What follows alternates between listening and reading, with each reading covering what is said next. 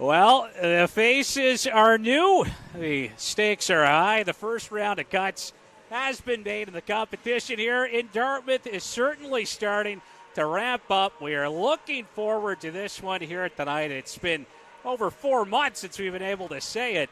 Mooseheads hockey is back, Halifax. You have absolutely got to love this time of year. And with that, hello, Moose Country. Hello, YouTube.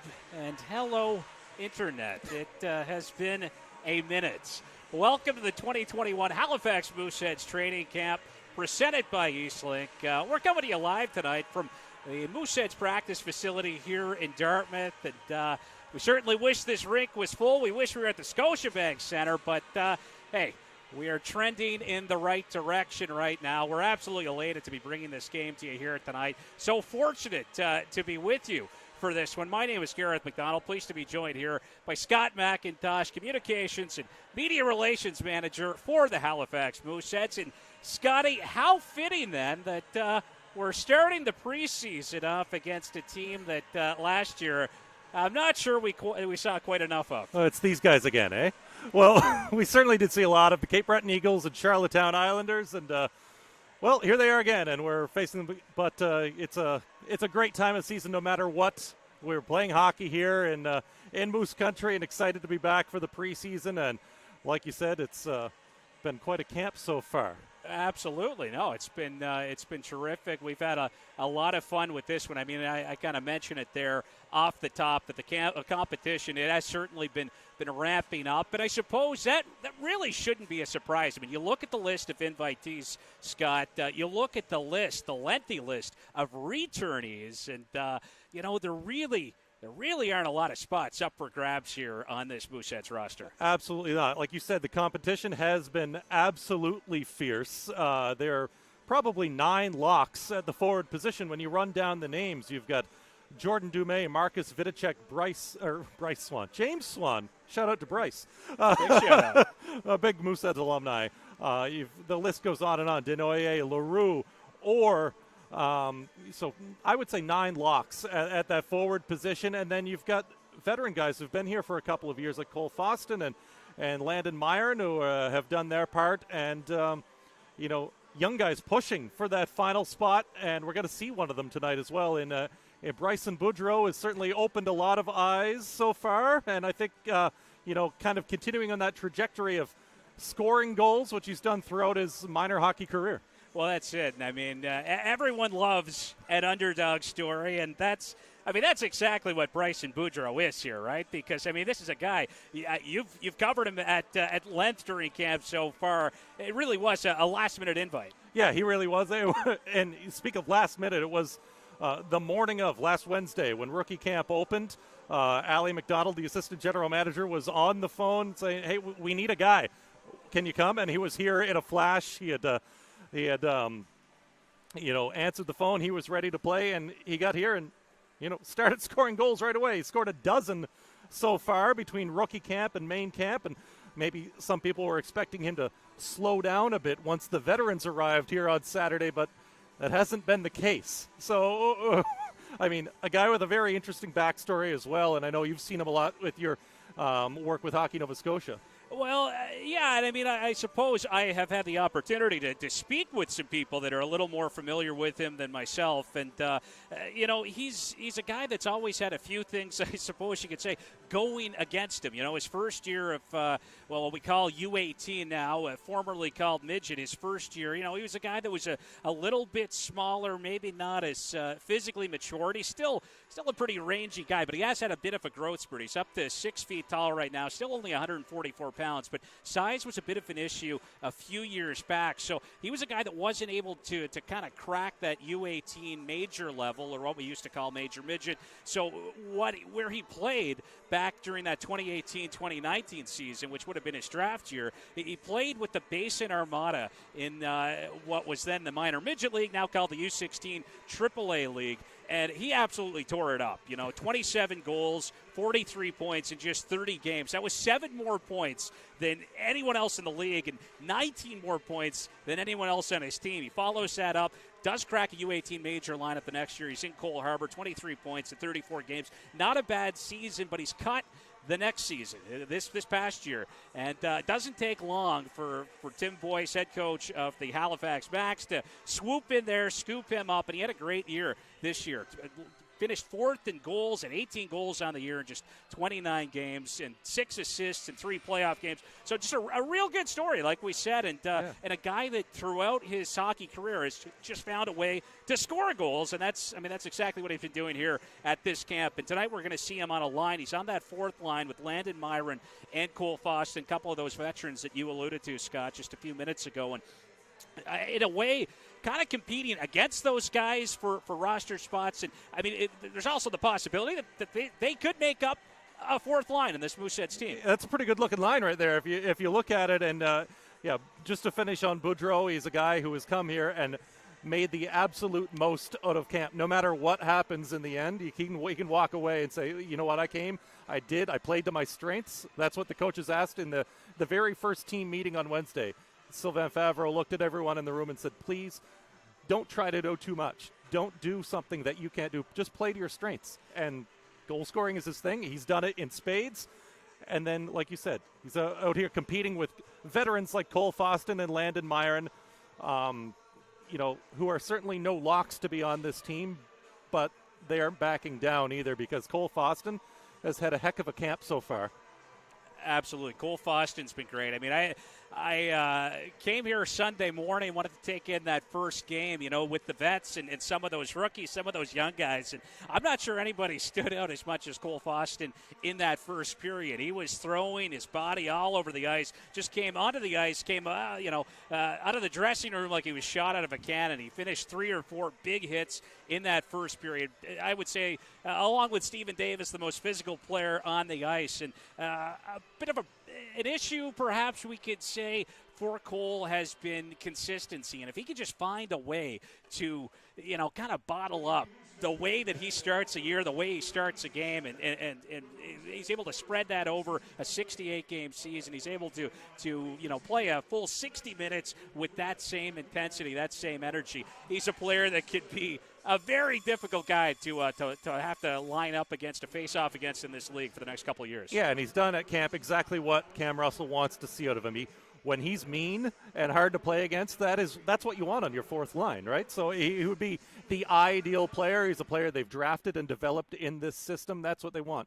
I would love to see Cole Foston back on this team and playing the way he has been playing the past few days and as we have seen in the past. And then a guy like Landon Myron, similar to Boudreau, kind of, scoring. He's a goal scorer, always has been coming up through, and he's done so in camp. He's done with the Mooseheads in the past, a guy that came undrafted, found his way onto this team and has done everything they've asked of him as well, and looks to be in pretty good shape coming into camp this season as well. Absolutely. Looks to have trimmed down a bit. I know that he talked to some pals around the rink about, feeling good. He's in great shape right now, at a real good offseason. So that's good to see. He came here to compete for a spot on that team. And we're talking a lot about the fourth line here because, you kind of mentioned all the locks. I mean, certainly this is going to be a very exciting team up front to watch. And, we'll cross our fingers that things go well over the next few months. We want a full building here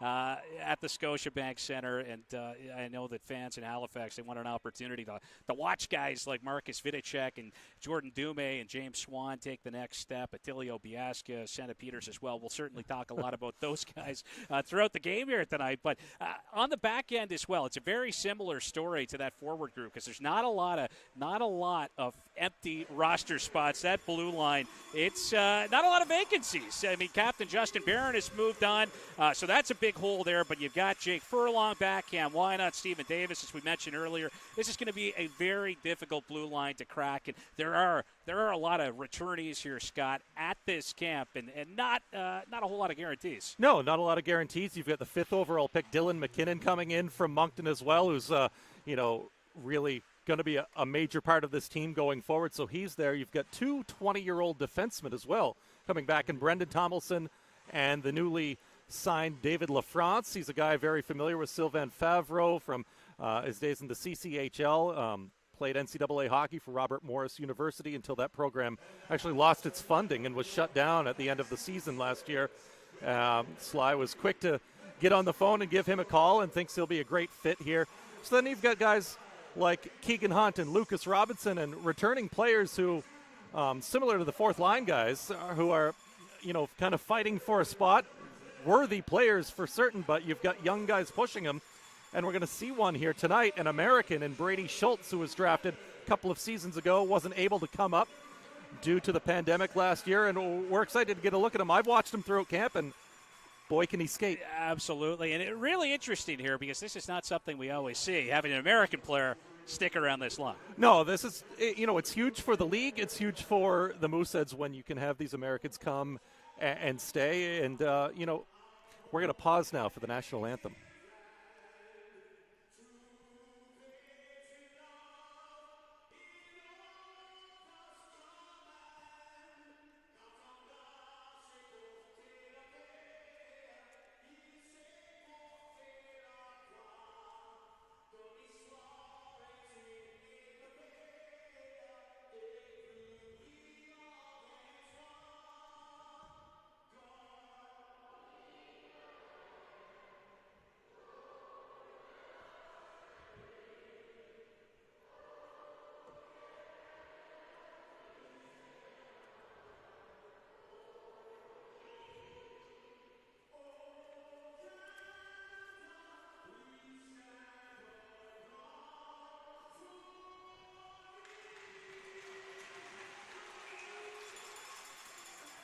Well, Gareth, just to finish the thought on Schultz, we get to see him right off the hop here. He's out there in the starting lineup wearing number 5 in green tonight. And not a bad defense partner to start off his Q experience with. And Jake Furlong, he is a young man who, again, came into last season, had a real good start to the year, a second-round pick. Mooseheads took him early in that 2020 draft.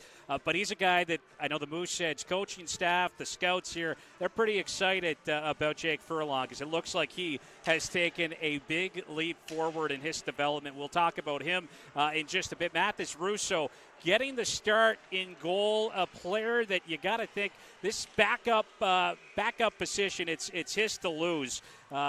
Just a tremendous talent, a great camp last year, a former fourth-round pick of the Moose back in 2020, so he'll get the nod. In goal, we're underway. Peters will chip one down into the Eagles' end. He takes a big hit down there in the corner. Finishing the check on him was Michael McQuaid. Camp will carry it up to center for the Eagles. Had it poked off of his stick at the line, and it's Mathieu Catafor back the other way. 6th overall pick in the 2021 QMJHL entry draft. Mooseheads had back-to-back picks at 5 and 6. Dylan McKinnon taken at number 5. As the Cape Breton Eagles ice the puck, and we'll get a face-off back down in Eagles territory. Thomas Pigeon, 5'11", 170 pounds, 17-year-old netminder. Late-round pick for the Eagles. He'll get the start in goal here tonight. Yeah, just talking to Patty McNeil. Apparently he has won the rookie camp battle as the one of 5 goalies from rookie camp to make the main camp. Marcus Vidicek on the ice right now for the Mooseheads as that puck eludes him. Eagles tap it down into Mooseheads territory as Tessier steers it up the boards. Poked up ahead for Vidicek. He'll carry it in down the left wing. Snaps a shot. That was blockered away by Pigeon as Vidicek throws his weight around down to the corner. Logan Crosby, our first look at him in some preseason game action. Another first-round pick for the Mooseheads. Halifax trading up to select the Pictou County player from the Weeks program. 20th overall, the last pick in the first round. Puck is poked away from him. It swung wide of the Mooseheads net. That'll be collected and covered up by Mathis Russo. And Scott, you and I were pretty excited with what we saw, I think, last year for Mathis Russo in camp. He's a player that I think if Brady James is a year or two older, he probably would have cracked the lineup last year. Absolutely. I think the Mooseheads are in good hands with their goaltending this season with Russo, really looking sharp so far in camp. Stephen Davis with a big hit down there in the corner. We saw him real physical, as we mentioned earlier on Sunday, in some of the intra-squad action as Moose will break it up. A long pass up ahead now for Orr. Orr dishes off to Gauthier, a shot. That was knocked away by the pad of Pigeon. Gauthier, another player who has been impressing, a guy that the Mooseheads had ranked pretty high on their draft list. He was pretty popular guy with the scouts, and Halifax managing to grab him at number 37 overall in the second round as puck is steered down toward the Eagles' net. Cape Breton just launching this one out as it was worked up ahead by Lions. Battle down to the Mooseheads' corner. 17:40 to play here in the first period. Landon Myron on the loose puck. He'll launch a pass up the right wing now for Bryson Boudreau. Slips one through for Foston. Couldn't quite handle that one as F.J. Buteau spins off of his check. He'll work it out to neutral ice. And it's Lions on it now for the Eagles. Back to the Eagles blue line for McQuaid.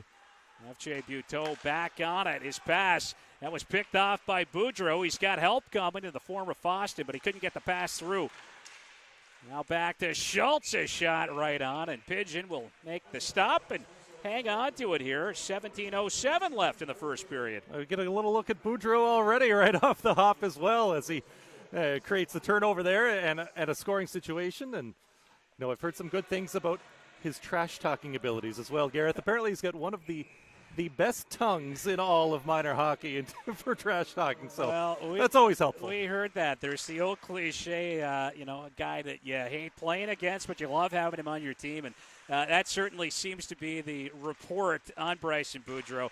Heard that from Tim Boyce, head coach of the Halifax McDonald's. He's talked about how much his teammates love him. Real popular guy in the room last season as the Eagles are in transition. Now puck work down toward the corner. On it down there is Hood. Comes back to the line for Welsh. He'll snap a shot. McKinnon got a little piece of that as he tried to block it. Eagles looking to go to work now. Camp stepping off the goal line, trying to shovel one toward the net, knocked away. And Welsh now trying to hold the line as he takes a bump there from Peters. Puck knocked out to neutral ice. And the Eagles will lob it right back in as Rousseau comes out to stop it. He'll leave it back there for Tessier. A couple of former teammates in Quebec. Played at Saint Eustache together, Tessier and Mathis Rousseau. As it comes up ahead, Vidicek touches the puck, but we get an offside call at the Eagles' blue line with 16:07 left in this scoreless opening period. Gareth, we've got to look at all four lines for the Mooseheads so far. You got to like what the coaching staff has done, throwing a rookie out there with a couple of veterans as well. So good way to ease them in and see how they might mesh with these vets. And rookie Logan Crosby on this line with Marcus Vidicek and James Swann has got our first penalty coming up. Now centering feet out front, quick shot. Rousseau shuts the door there as the Eagles with an opportunity in the slot. And first penalty of the game is going to go to Jack Martin. So Moncton Flyers product now off to the penalty box. Former D partner of another Moosehead here, vying for a spot on this team. That's right, Dylan McKinnon, Jack Martin playing the entire season together on a pairing last year with the Moncton Flyers. So a bit of a coup for the Mooseheads to get both of those players. And Martin has really opened some eyes at camp. They like what they've seen. The pass up ahead now, short-handed. Orr makes his way in. A shot, he scores! Bobby Orr down the left wing. He'll wrist one home on the Mooseheads, striking short-handed just 11 seconds in to that Eagles power play.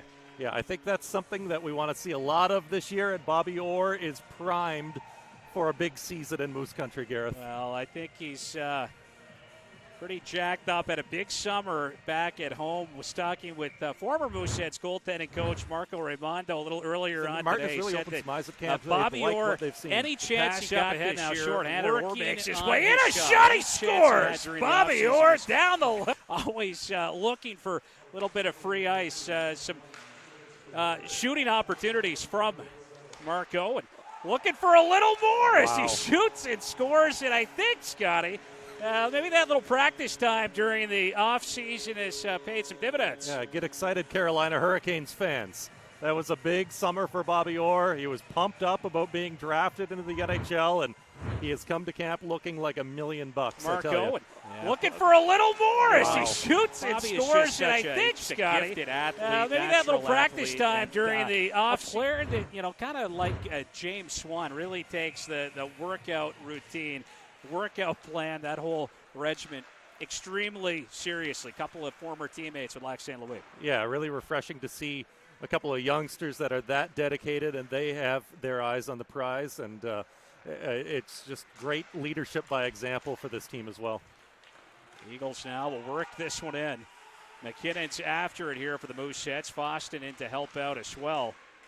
Two short-handed markers for Bobby Orr, wearing number 8 here tonight, as Tessier is able to clear that one out.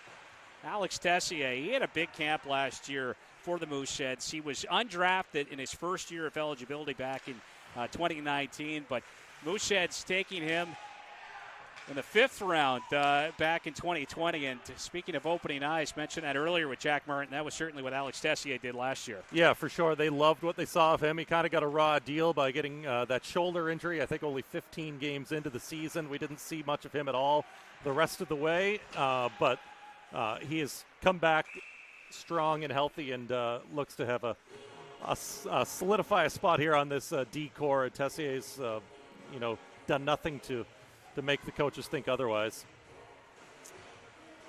So Eagles icing the puck here on the power play. Face-off will be back down in the Cape Breton end. And certainly tonight the Eagles icing a much younger lineup than the one that the Mooseheads are putting forth here this evening. A lot more vets in this Halifax lineup as well. So we'll hold it in. Dishes off. A heavy drive there. And that was ripped wide by Lyons. Back to Lyons. He'll get a shot off from in tight. Little scramble now down around the net of Mathis Rousseau. Eagles maintaining possession. Goes back to the line for Welsh and Boudreau. Another forced turnover right there. Another good stick from him. And Eagles now will dump it back in as Kean Bell gives chase. He'll lay a big check there at Stephen Davis. Now Jordan Dumais. Back up ice for the Moose. Trying to hand off for Peters. That pass was broken up. Lyons for Cape Breton. He'll just launch one down toward Rousseau. Tosses it aside here for Stephen Davis. A pass up the right wing. Now a rink-wide feed for Cataford. Back to Davis. And Mooseheads break out as it's played up ahead for Jordan Dumais. Dumais trying to fight off his check. He's roughed up back beyond the Cape Breton net. Big battle now down in the corner as Dumais gives chase after it. Bouncing puck toward the line. And the Eagles again will get it out to neutral ice as Oud trying to pull it to his forehand there. He'll whack that one home, but he scores.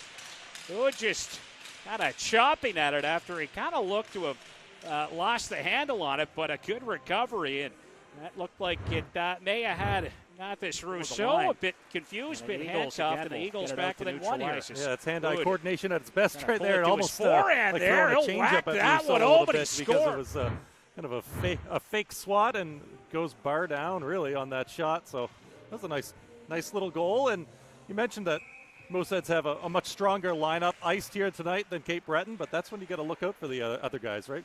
We've seen Cape Breton in the past with maybe potentially a weaker lineup, but they will play hard, and they're probably going to do the same here tonight.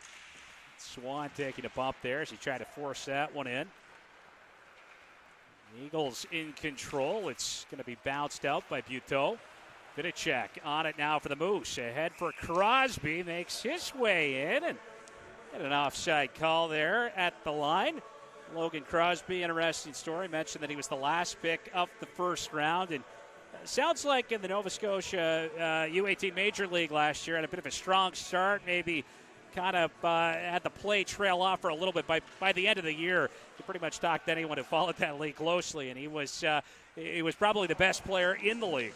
Yeah, and it's not to be unexpected to see a player of that youth, that age to kind of fall off a little bit, but then he regained his form. He's got a late birthday. He doesn't turn 16 until mid-December. Up ahead now for Swann, and he'll snap a shot wide of the net. That'll carry him off the boards and out to neutral ice. Eagles back the other way. There's his shot. It was punched aside by Rousseau as Welsh will pinch in. Takes a bump down there in the corner.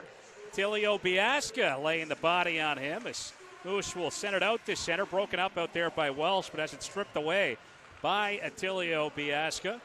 For Davis. Davis had to be careful right there as he passed that one off the stick of his netminder Rousseau. Gauthier ahead for Orr. Nifty little feed there for Gauthier. Stepping in a shot. He'll just miss low. Got a lot on that one. And Vincent Gauthier can really fire the puck. He's opened some eyes here with that release. It's a good one. A shot off there that was knocked away by Pigeon. Now thrown toward the net by Tessier. And Pigeon able to make the save, and he'll pounce on it, covering it up with 11:27 to go here in this opening period. Mooseheads leading 2-1. There's that meanness we want to see from Cole Foston right there, mixing it up in front of the net, and that's what he does best when he's at his best. That's what he's doing, so let's hope to see more of that tonight. And it's always fun to see against Cape Breton, too. Yeah, Foston has had a bit of tough luck here in his Q career so far, dealing with some injuries. Got hurt just a few games into his rookie season and banged up a bit last year as well, as this will be cleared away. Tessier back on it here for the Moose. Takes his time back behind the net. Tessier stepping out. He'll send it up the right wing for Foston. Try to force his way in there. Poked away Bryson Boudreau. Got a short pass there for Tessier that just missed the Mooseheads blue liner stick. Boudreau bumped down in the corner, laying the body on Cooper. Now a long pass ahead from Tessier. He was looking for Boudreau. Now Boudreau in on the backhand, and a big stop by Pigeon as he extends that right pad. Great save right there. Bryson Boudreau, so dangerous on the breakaway. A lot of his goals coming that way during camp. I think Twitter would have exploded if he scored there. Furlong drops it off for Foston. Twitter doesn't need an excuse to explode. Does that at the best of times. Jordan Dumais trying to hound the puck down low. Always so tenacious. He's like a pit bull out there. That's something that we saw a lot of last year. As Eagles will dump it in. Furlong on it here for the Mooseheads. Furlong ahead now for Cataford. Cataford looking for Dumais up the right wing. Dumais, a little battle with Buteau over there as Eagles will break it up back out to center. Davis collects. He'll skate that one in. Lobs it wide in the backhand. Buteau back on it here. He'll take a hit down there from Matthew Cataford, 6th overall pick in the 2021 QMJHL entry draft. Davis at his own line over to Martin. Martin will feed it up ahead there for Cataford off of his stick, and Buteau will shovel it off the wall and out. Bit of a foot race now. Eagles looking to go to work. Centering feed. And a great glove from Mathis Rousseau as he snatches that one out of midair. And he'll hang on to it with 9.5 to go in the first period. Mooseheads up 2-1. Yeah, as you mentioned, Bobby Orr had both of the goals, both on the same short-handed penalty. And we see the assist now from Attilio Biasca, Jake Furlong in the first goal, and Brady Schultz, the American, assisting on that second one. And those goals from Orr coming just 11 seconds apart. First one came 11 seconds in, I believe, to that Eagles power play, and then just 11 seconds later, Orr finding the back of the net once again. Expecting some big things here from Bobby Orr during his 18-year-old season. It's played ahead for Vinicek. Great drop feed. Tessier a shot right on. Pigeon will steer it aside. Vinicek always so aware. High hockey IQ. Sent off the boards and up ahead for Camp. Had it knocked away from him. Vinicek back on it for the Moose for Swann. James Swann looking to drive in toward the middle for Vinicek. Couldn't handle it, and the Eagles will work it back the other way. Logan Camp, he's able to step around Schultz right there, but he couldn't make his way around Furlong, who closed quickly and knocked that one away. Jake Furlong, along with Jordan Dumais and Marcus Vinicek, with an opportunity to head out to Alberta at the end of July and vie for a spot on Canada's under-18 team. That's right. They got to go out there and had an excellent time, a great experience for them. Things here from another learning experience with Hockey Canada. It doesn't hurt to play against the best at your age. Great drop feed. I really hope to see James Swann there as well, and I think he was deserving. And I know Cam Russell was upset that he couldn't have that fourth guy there, but I guess we won't complain too much when there's 3 Mooseheads at the U18s, but James Swann also right there and deserving to be with those peers. And James Swann just had a real big offseason as well. I mean, he had a great rookie camp last year, had a great rookie year. Just such a hard-working player. and talked about how that kind of applies to everything that he does, whether it's the workout plan, his diet, his sleeping schedule. Just a real dedicated, real committed young guy. But he had a big offseason playing in the 3-on-3 league, played with a lot of former Q stars, guys like Peter Abandonado, former Moosehead, Arno Durando, Alexander Katarinakis, and James Swann leading that league in points. And he's a guy that just doesn't take a shift off, doesn't take a practice off. So big year coming up for him as this one's played up ahead. Eagles now in transition. Reaching in to try to break that one up was Jack Martin, able to knock it off a stick. Lob toward the net. That was blocked. Furlong, short pass. And that'll be sent out by Attilio Biasca as Orr gives chase after it. They'll kind of tie up down there with Ellis, I believe. Knocked toward the net. Bouncing puck. Martin looking to hold the line. And just able to do so. Orr on it. Pulls it to the backhand. A shot. And he'll send that one wide as Bobby Orr looking to complete the first period hat trick. Boston to Davis. Nice feedback to Foston. Looking back door there for Boudreau. Just missed on that one. Now Boudreau back on it. High slot a shot and a pad save by Pigeon. Big Michael McQuaid just tied up Boudreau's stick enough to prevent him from getting that goal that he's looking for. The Eagles trying to get it out. Good play there by Martin as he knocks it down with the glove and then keeps it alive. He'll send it down toward the corner. Bouncing puck. Martin reaching for it. But it was Liam Travis on it first. Now Myron. Over to Boudreau. He'll whack it in. Catafor. He'll force the turnover toward the net. And a big collision there as Myron went up and over. The Cape Breton netminder, Thomas Pigeon. That's a big body coming at you between the pipes. Myron back on it for the Moose. So just going to shovel that one back behind the net. McKinnon short pass back for Landon Myron as he was pressured. Tessier ahead for Catafor. That was kind of into his skates. And Kean Bell now trying to work it back toward the Mooseheads line. Broken up. Peters comes in 3-on-1 if they hurry. Dished off. And that pass broken up by Zach Welsh. Loose puck. Peters will swoop in to pick it up. Stepping out toward the high slot with it. Pulls up. Takes a look. Snaps one. That was stopped by Pigeon as Dume will direct it back toward the left point. Hands it off. Now to Catafor a shot right on. That's off the goal stick of Thomas Pigeon. And the Eagles will launch it high and out. Bouncing puck knocked down to the Mooseheads blue line by McKinnon. And now Lyons makes his way in. Gets the shot off and McKinnon blocking that shot attempt from the Cape Breton forward. Tessier. They'll work it up the wall. We get another penalty coming up. A little bit of pushing and shoving down there inside the Mooseheads blue line. Steven Starsovsky, the official, looks to be calling, I believe, a holding penalty. And this one will go to Dylan McKinnon. But it actually looks like we're going to see some offsetting. Yeah. Yes, indeed. Fair enough. I think Mooseheads love to see that feistiness from Dylan McKinnon. That's one of the reasons they drafted him 5th overall. He is big and strong, 6'2", 185, and folks, he's 16 years old. Big body back there. Can really skate as well. We've seen that during training camp so far. Quick recap of the scoring. It was Bobby Orr with 2 shorthanded goals. First one coming from Attilio Biasca and Jake Furlong. Second one coming from Brady Schultz. Olivier Oud answering back for Cape Breton. Jacob Squires and Logan Camp with the assists on that marker. So some 4-on-4 hockey.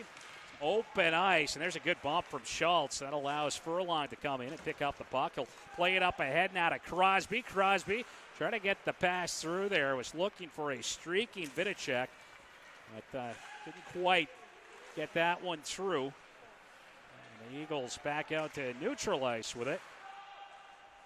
It's good work there defensively from Crosby as he was poking away. Rousseau, he'll send it off the end boards now. For Jake Furlong, Upper Tantala native. For Schultz, ahead to Biasca, off of his stick down into Cape Breton territory. With Squires on it, trying to get that one out. He'll just pop out over the line as Furlong scoops it up. He'll take it back in. Dropped off now for Swann.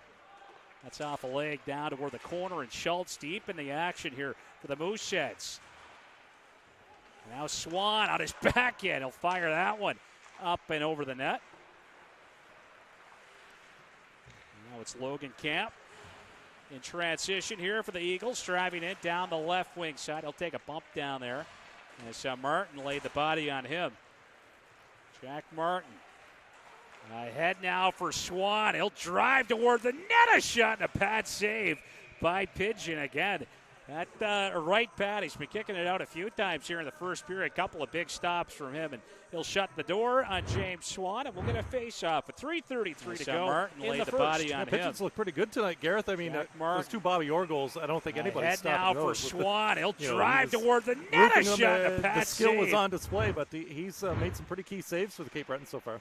Orr with a quick shot right there off the face-off. Again, looking for a bit more, but Pigeon with the save, and he's going to hang on to it. So another draw down in the Cape Breton end, and Orr will take the draw. He's up front right now with Gauthier. It's Tessier and Furlong on the back end. It's a Gauthier, pretty big kid, pretty big boy here for 16. Talked about the size of Dylan McKinnon, but Gauthier, I believe, 6 feet tall, 193 pounds. So that's a pretty big frame. Yeah, I think we're going to see, this draft, it was kind of a hard draft because a lot of them haven't played since Bantam. So a bit of a crapshoot, and the Mooseheads are really hoping that this one's a steal. Yeah, and a lot of those players in Quebec kind of, unfortunately, they couldn't play games, as you mentioned, but were able to practice a whole lot with their teams because they were part of the school system and were bubbled there. So a lot of guys pretty fortunate in that respect as Foston tried to get a shot off. That's going to bounce down toward the corner. Eagles on it, picked up by Xavier Daig, and they'll work it out to neutralize. It was gloved down by Gauthier, but had it chopped away by Hogue. Now Hogue right down the middle, knocked off of his stick, and Davis on it. Long pass for Myron. Myron right down the middle gets a shot off. That was blocked by Zach Welsh, and Welsh now battling back behind the goal with Landon Myron as he has him tied up behind the Eagles net. It's going to allow Cape Breton to take it back out to center. Huggin got the red line, and he'll dump it in here as Davis back to collect it. Davis will slow things down. Joined the Mooseheads back in December of last year. One of those kind of mid-season additions. We'll talk more about him a little later as Boudreau sends it down the wall. Cooper on it. And the Eagles look to get it out as Travis's pass hits Boudreau. Martin will pick it up, sends it up the right wing for Catafor, try to chop it in, but couldn't get that one in deep as Squires in possession now for Cape Breton. He's pressured there by Catafor. Broken up by Dume. And for Peters, his shot, that's off the post. Back to Martin. He'll let it go, and it's punched aside by the blocker of Thomas Pigeon. Back to Catafor. He'll take a bump there. Travis on him. Now Furlong hounding Travis. That allows Peters to come in and pick it up. He'll get tripped up there. The first Mooseheads power play coming up is Stewart a little physical with Senna Peters. So a power play now for the Moose, and we'll see if the special teams can generate a little something else. I think it's safe to say the Mooseheads are going to have no shortage of players who can put the puck in the back of the net this season. I mean, it's still going to be a climb, but the climb is on the right trajectory right now. You've got a lot of teams who've loaded up in the division, Gareth, with St. John Sea Dogs wanting to host the Memorial Cup. Acadie Bathurst added Hendrix Lapierre, former first-round pick of the Washington Capitals, and the Charlottetown Islanders loading up against Xavier Simoneau. Could be the best 20-year-old in the league this season. So going to be some stiff competition, but the Mooseheads are on their way. We'll talk a bit more about Xavier Simoneau a little later on, because in talking with some of the current Mooseheads, there is a player coming into his second season that does remind, well, maybe we could do it right now, James Swann. We've heard the Simoneau comparison with James Swann. There are a couple of Bulldogs. Absolutely. Simoneau, not a very fun guy to play against, and it was real nice to see him finally drafted. Much deserved this past draft. Yeah, absolutely. And if he comes back and plays in Charlottetown. Lookout League. Yeah, there's a face-off win back to Schultz. He'll let a shot go. It's off a Bell's stick. Crosby looking for it down there in the corner as it's whacked up the boards. Vidicek holding the line there, trying to direct it toward the net. It was knocked down by Buteau, and he'll get it up and over center. Davis had him in his sights, but just shook that hit and tried to center out front. Now one bouncing high. McQuaid keeps it in. He'll get a shot off, and Rousseau shutting the door with just 31.1 seconds left here in the first period. And, again, we got a bit of 4-on-4 hockey because kind of talked about Stewart tripping up St. Peter's. There's a bit of rough stuff down there. And Jake Furlong, I believe, kind of coming in to defend the honor of St. Peter's after Stewart got a little physical. So a little bit more 4-on-4 hockey. It's off the face-off. Jack Martin making his way up the right wing side, but forced back. He'll hand off. I said it was Furlong. 42 on the board. Furlong actually out here right now, so that is incorrect as Biasca dances in. Wow, some great handles there from Attilio Biasca. Fantastic rush, but again, Pigeon with the save. Yeah, it's actually St. Peter's in the box. He got the one for retaliation. It's these preseason numbers, Garrett, that are getting you. He's wearing 41. St. Peter's used to 82, right? Well, they got 42 on the board, but you're right. St. Peter's sticking up for himself. Typically wears 82, so maybe that's part of the confusion as the Eagles will get it out to center. And they're forced back as Swann applies some pressure, and that'll do it. A pretty entertaining opening period of hockey, Scott. Couple of big goals there from a guy we expect to score a lot of them this year. Yeah, absolutely. Bobby Orr coming in, scoring back-to-back goals just 11 seconds apart, shorthanded, mind you, and they were both beauties. Those were highlight reel goals, and I can't wait till we're all back at Scotiabank Center with, you know, a lot of these kids haven't had the experience of the amount of fans at Scotiabank Center, and believe me, they would have been on their feet, and it would have been rocking there when those goals were scored. Yeah, I mean, that's going to be so exciting here because obviously when you look at all of the good young 16-year-olds that the Mooseheads had on the team last year, there was a pretty lengthy list. I mean, you kind of just mentioned it. I mean, you got Marcus Vidicek, 14th overall pick from the 2020 draft. You got Jordan Dumais at 18. I think Jake Furlong at 22. Swann was in the 28 range, if memory serves me correct. Yep. So, you know, a lot of highly touted guys that came in, really delivered in their first year, but such a strange year last year. And, so disappointing, I think, for fans. They weren't able to fill the building and cheer on some of those exciting young 16-year-olds. But we do seem to be trending in the right direction. And so it's not only going to be exciting, I think, for the fans to be able to watch some of these guys. It's going to be exciting for them as well. They get to experience the Scotiabank Center when it's rocking. I'm sure Jake Furlong has been in there a few times for some Mooseheads games, being an upper 10 talent guy, but has yet to play there in front of a full building. So we're definitely looking forward to that. It almost makes it harder for Jake Furlong because he knows, he's experienced it as a fan, what it can be like, and he's got to be itching to get out there and have, you know, the family and friends all there and amongst thousands of people cheering on. So we are heading in the right direction that way, and believe me, with those four guys going into their NHL entry draft year, you know, already getting emails from NHL scouts. It's got to be crawling with NHL scouts at Scotiabank Center this season.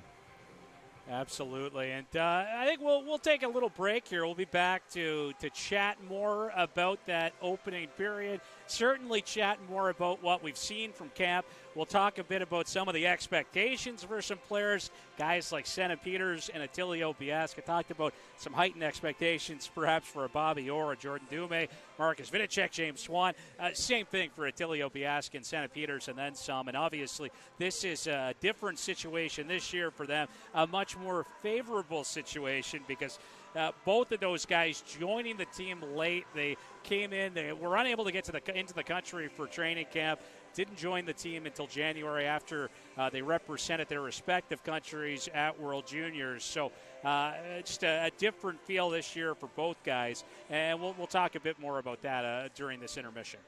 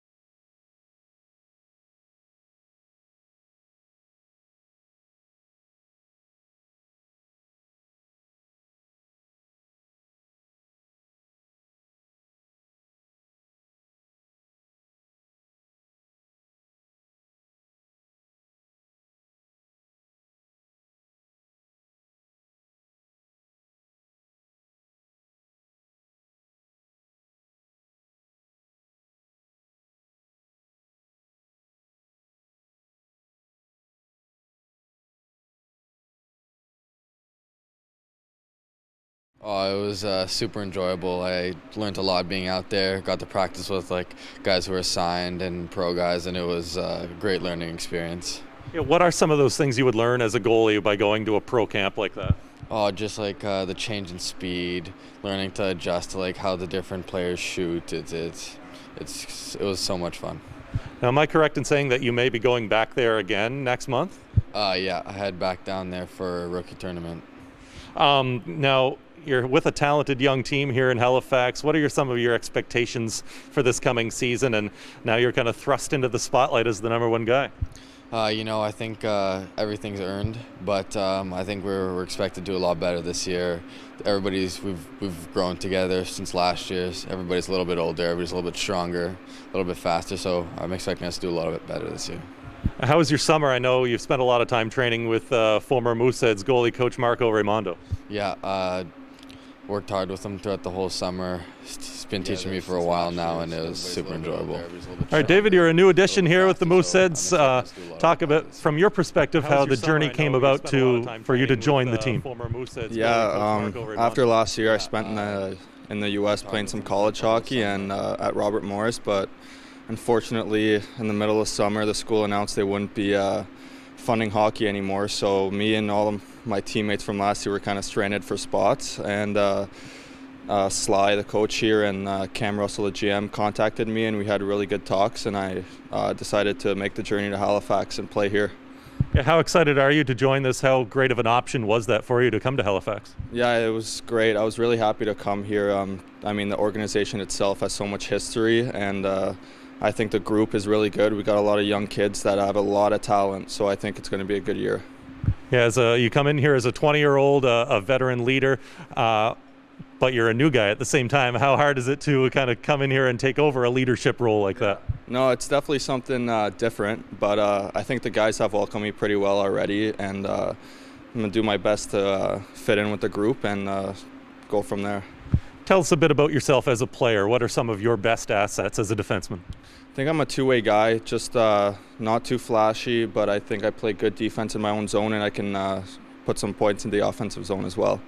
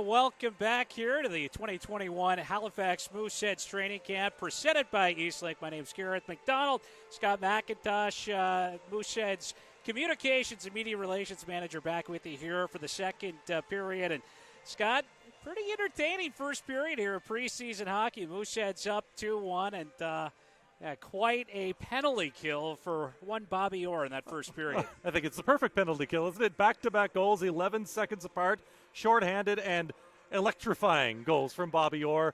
The guy has all kinds of skill. He's coming off being drafted by the Carolina Hurricanes in the offseason, and like we said during the broadcast, he's really primed for a breakout year in Moose Country along with some of his fellow teammates. And Olivier Hood, the only goal from the Cape Breton Eagles in that first period. So 2-1 game here through 20 minutes of play, as we said. Second period just coming up here in a few minutes. So, Scott, you talked about the heightened expectations for Bobby Orr, a guy that came in last year. Was a 17-year-old season, originally a St. John's Sea Dogs pick back in 2019. Dealt to the Mooseheads at the draft in 2020, but really had a good campaign last year. Certainly looks to be primed here for that breakout season, as you said. Fifth-round pick of the Carolina Hurricanes just a few weeks ago. But a few other guys that may also be expecting some breakout opportunities, some breakout roles this year for the Mooseheads. The Europeans, Senna Peters and Attilio Biasca. Attilio Biasca, Senna Peters, both guys showing up here to this Mooseheads camp in great shape. Senna looks absolutely jacked, honestly. His father is a personal trainer, and it shows. He has come in, and he's looking at this like a fresh start this year. He only had half the season here. He had an injury. Last year was a bit of a wash for Senna, and this is a guy who he could come and score 30-plus goals, I think, for the Mooseheads. And Biasca, obviously, he played World Juniors with Switzerland. This guy is highly regarded by his home country. The jury was a little bit out on him after his stint here with the Mooseheads, but admittedly came in not in the shape that he wanted to be. He was hurt at the World Juniors as well. So kind of put last year behind them. This is a fresh start for both of these Europeans. The Mooseheads passed on the 16th overall pick in the CHL import draft, and that's nothing to sniff at. That's a pretty high pick. So obviously Cam Russell has a large amount of faith in both of these players, and they'll be able to help this team this season. Yeah, and, Attilio Biasca, it's a big step as well, right? You missed that training camp last year. You missed the first half of the season. Obviously a unique year with the pandemic. But, not ideal to join a team midway through. But not ideal to join not only a new team, but this is, for him, a new league. This is a new country, a new continent for Attilio Biasca. So on top of all that, coming in during a pandemic and while injured, not exactly a recipe for success. And, of course, for all you European players who come to North America, you got to learn the North American game. And speaking with Sylvain Favre, Mooseheads head coach, a little earlier on today, and he talked about that adjustment period for Attilio. It was, at times last year, a little confused why when he was getting held up in the neutral zone against, say, a very well-structured Charlottetown Islanders team, there was no call. It's a different game here in North America. And certainly there are a whole lot more calls than there would have been, say, 20 years ago. But still, it's a much different game than the European game. And for Attilio, I think that was it took a lot of adjusting. But he comes in here, as you said, in better shape. And not only that, but he does have that understanding now of what North American junior hockey is all about. Yeah, it was a learning experience. And like you said, all of those things, as you go down the list, they're no easy task for a teenager to handle with all of these changes. So he's come in here. He's looked great. He's a man on a mission, and his footwork has really picked up here at camp. That's maybe the most noticeable. He's leaned out. He's a little bit taller. He's a little bit stronger, and he's another year older. So I think that we're really going to see the Attilio Biasca that Cam Russell saw over in Europe when he first scouted him, and looking forward to getting this full season of hockey under his belt, and then we can give him a fair assessment. Shots in that first period, 16-6 rather, in favor of the Mooseheads. It was a busy opening frame for Thomas Pidgeon. Not quite so busy for Mathis Russo. But maybe we can mention the goaltending, because you and I talked about the forward groups and the D off the top. Some talented Cape Breton West netminders here, and Adam Katch and Jack Milner, both guys from Cape Breton West, and Antigonish area guys. But you really have got to think that after what Mathis Russo put forth last year, and just how highly touted this guy is, that this backup spot to Brady James, likely his to lose. Exactly. That's what the Mooseheads want. They want him to come in and show that, prove them right, that this is the guy to back up Brady James. And remember that game here against the St. John Sea Dogs right here at the RBC Center last preseason. He was outstanding, playing half of that game, and really opened our eyes anyway, as I think we were raving about him during that broadcast. So, and he has looked nothing short of sharp here at camp as well. Very technical guy. He sees the puck well, and a guy that Joey Perricone is pretty happy with so far, the goaltending coach with the Mooseheads. Yeah, a few comparisons for Mathis Russo. When he showed up, and a quick shot right there, they score right off the hop. A quick strike from the Cape Breton Eagles. They're going to find Twine and tie this game up at 2. Eiserhoff, I believe, so the one with the goal. Winston Eiserhoff sniping comparisons on Mathis Russo. So he showed up, and a quick shot right there. 11 seconds in. That lucky 11 here tonight. Bobby Orr striking 11 seconds into it. Eagles power play, then 11 seconds later, and now we get a goal 11 seconds into this period. And that would happen after we pump up the goalie, right? The jinx, as Camp will work this one down into the Mooseheads end. Logan Camp quickly on that there as he takes a little bump from the American Brady Schultz. Jake Furlong picking it up here. He'll try to spin off of his check as he makes his way up ice, and he can really motor. He's got the blue line, drops it off. He's going to leave that one for Vidicek. He'll roll away over to Schultz. Schultz at the right point. He'll shake his check as well. Some great edge work here for the Mooseheads. A shot, and how did that one stay out? What an opportunity there for a pinching Jake Furlong. And I'm not sure if Pigeon got a piece of that or if he sent it off the side of the net. Well, I hope Mooseheads fans are watching number 5, Brady Schultz, because we were talking about him pregame, and here he is, the American from Monroe, Connecticut. He was drafted 2 drafts ago, wasn't able to come up during the pandemic, and really wanted to be here, and looks like he's found a spot on this blue line, perhaps. So Matthew Cataford now coming in to take this face-off. He's got Jordan Dumais out here with him, and Senna Peters as well, a couple of guys that can really snipe. He likes to move that puck, so a couple of good wingers to be sharing the ice with, as that will skip away from Peters. Peters knocks it down here. We'll take a hit down in the corner as Dumais in to help out. Battles. Peters digs it loose. He'll shovel it back to McKinnon. Whiffed on his pass. And good play defensively by Tessier. You got a stick in there and held the line for the Mooseheads just briefly. Tessier backing off into his own end. Over to McKinnon. Dylan McKinnon. Back to Tessier. Tessier. Hard pass there. That didn't connect. Stewart will dish this one off. And a shot off of Tessier's stick will deflect wide as Nicholas Hogue making his way down the right wing side for the Eagles. McKinnon on it for the Moose. He'll pull up back behind the net. Mooseheads picking a McKinnon and a Crosby in the first round of the Q draft a couple of months ago. Got a little bit of attention, didn't it? It certainly did as it comes back to the line. Now there's a pass from Martin. He'll spot Davis. Wood rims it around now for Peters. And the Eagles trying to get it out. That looked to have hit Peters. Shovel toward the middle, and now Cape Breton in transition. Canning trying to slow up there, but not able to stay on side. And we'll get a whistle and a break in the action with 17:47 to go in the second period. All tied up at 2. Winston Eiserhoff with the only goal of the period so far for Cape Breton. I think we get something brewing out there between Senna Peters and Nolan Stewart there tonight. You saw a hard hit along the boards from Peters, kind of a little retribution for that first period melee that they were involved in. So kind of keep our eyes on that tonight.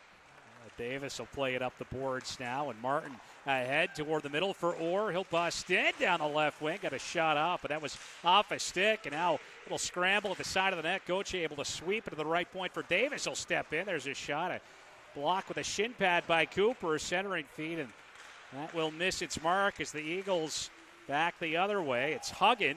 His pass hits a skate. Cooper will knock it wide of the net. Loose puck down there. Huggan on it. And I left it there for Cooper as it was bouncing on him. Battle ensues back behind the goal. 16:57 to go here in the second period. All knotted up at 2 in this preseason edition of the Battle of Nova Scotia. Centering pass. And Gauthier will come away with it here for the Mooseheads. Gets the red line. He'll get it high and into the Cape Breton net as he set that one off the back glass. Mooseheads get some fresh legs on the ice. And Schultz will fire it right back in here for the Moose.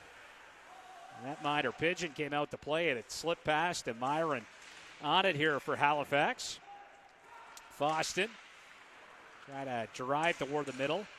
Poked away from him, and Lyons up and over the red line. Couldn't fire it in. Buteau will hop up into the play, and a collision there between Schultz and Myron as we get an opportunity, and it looks like Rousseau gets a piece of that. Back to Buteau, a shot.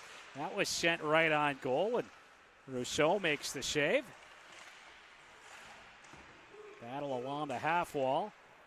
That puck will pop loose. Boudreau in a battle.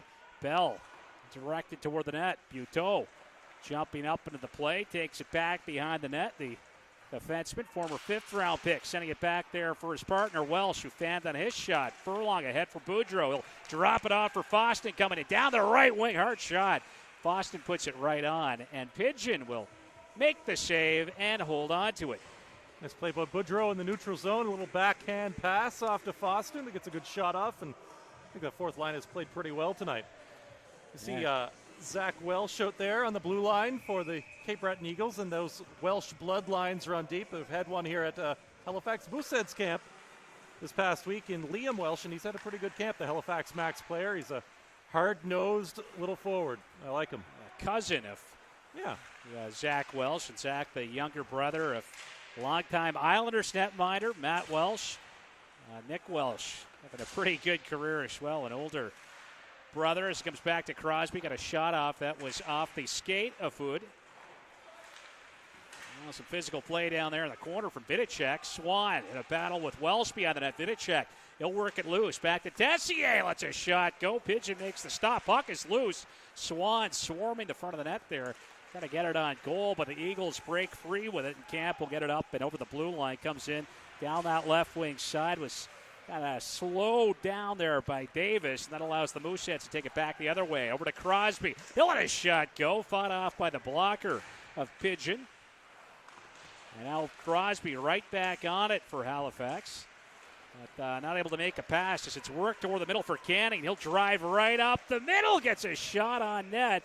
And there's his stop from Rousseau. And I wasn't sure if we were going to see a penalty shot there. They're going to, looks like that'll be a hooking call to Halifax's Stephen Davis. So another power play opportunity here for the Cape Breton Eagles as we're all tied up at 2 in the second. Yeah, Canning with a burst of speed there. That's a good penalty from Davis to take as he's breaking in on goal there. That was, basically stopping what looked like probably a goal for the Eagles. Davis, pretty good camp so far as well. We've talked about some of the guys who've opened eyes. Davis has come in looking pretty darn good at camp, doing exactly what the Mooseheads want him to do so far. It's the quick outlet passes and doing what they saw from him when they went down to scout him in the United States when he was almost putting guys through the boards with his pounding hits. So look for him to do that this season. That would be a key for the Mooseheads to have him as a solid shutdown D for them. Yeah, he's been real physical, not surprising, and another one of those guys really beloved in the Mooseheads dressing room. Made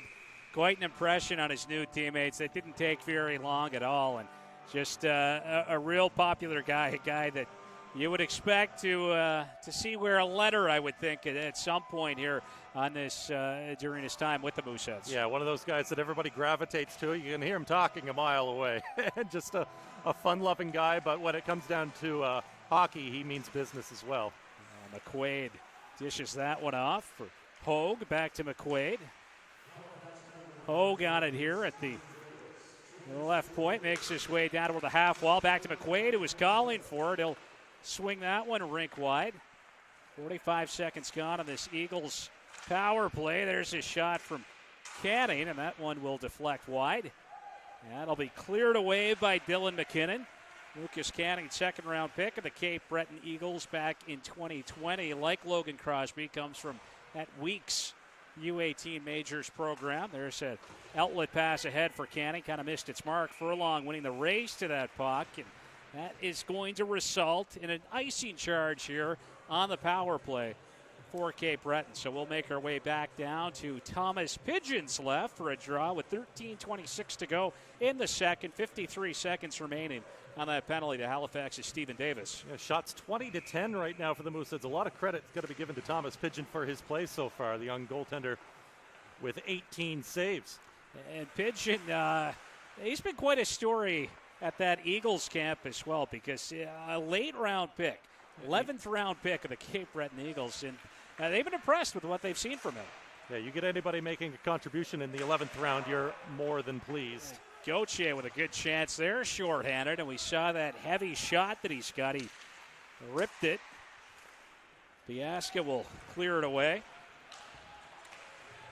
Gauthier, one of those two players here that we've kind of heard a few Lavoie comparisons.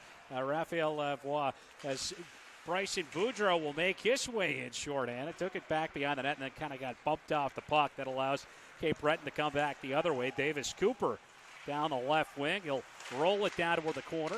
Was pressured there by Tessier. Boudreau after it. Schultz will pick it up first, though, for the Moose. And there's a hard pass up the right wing for Landon Myron. Picked it up on his backhand.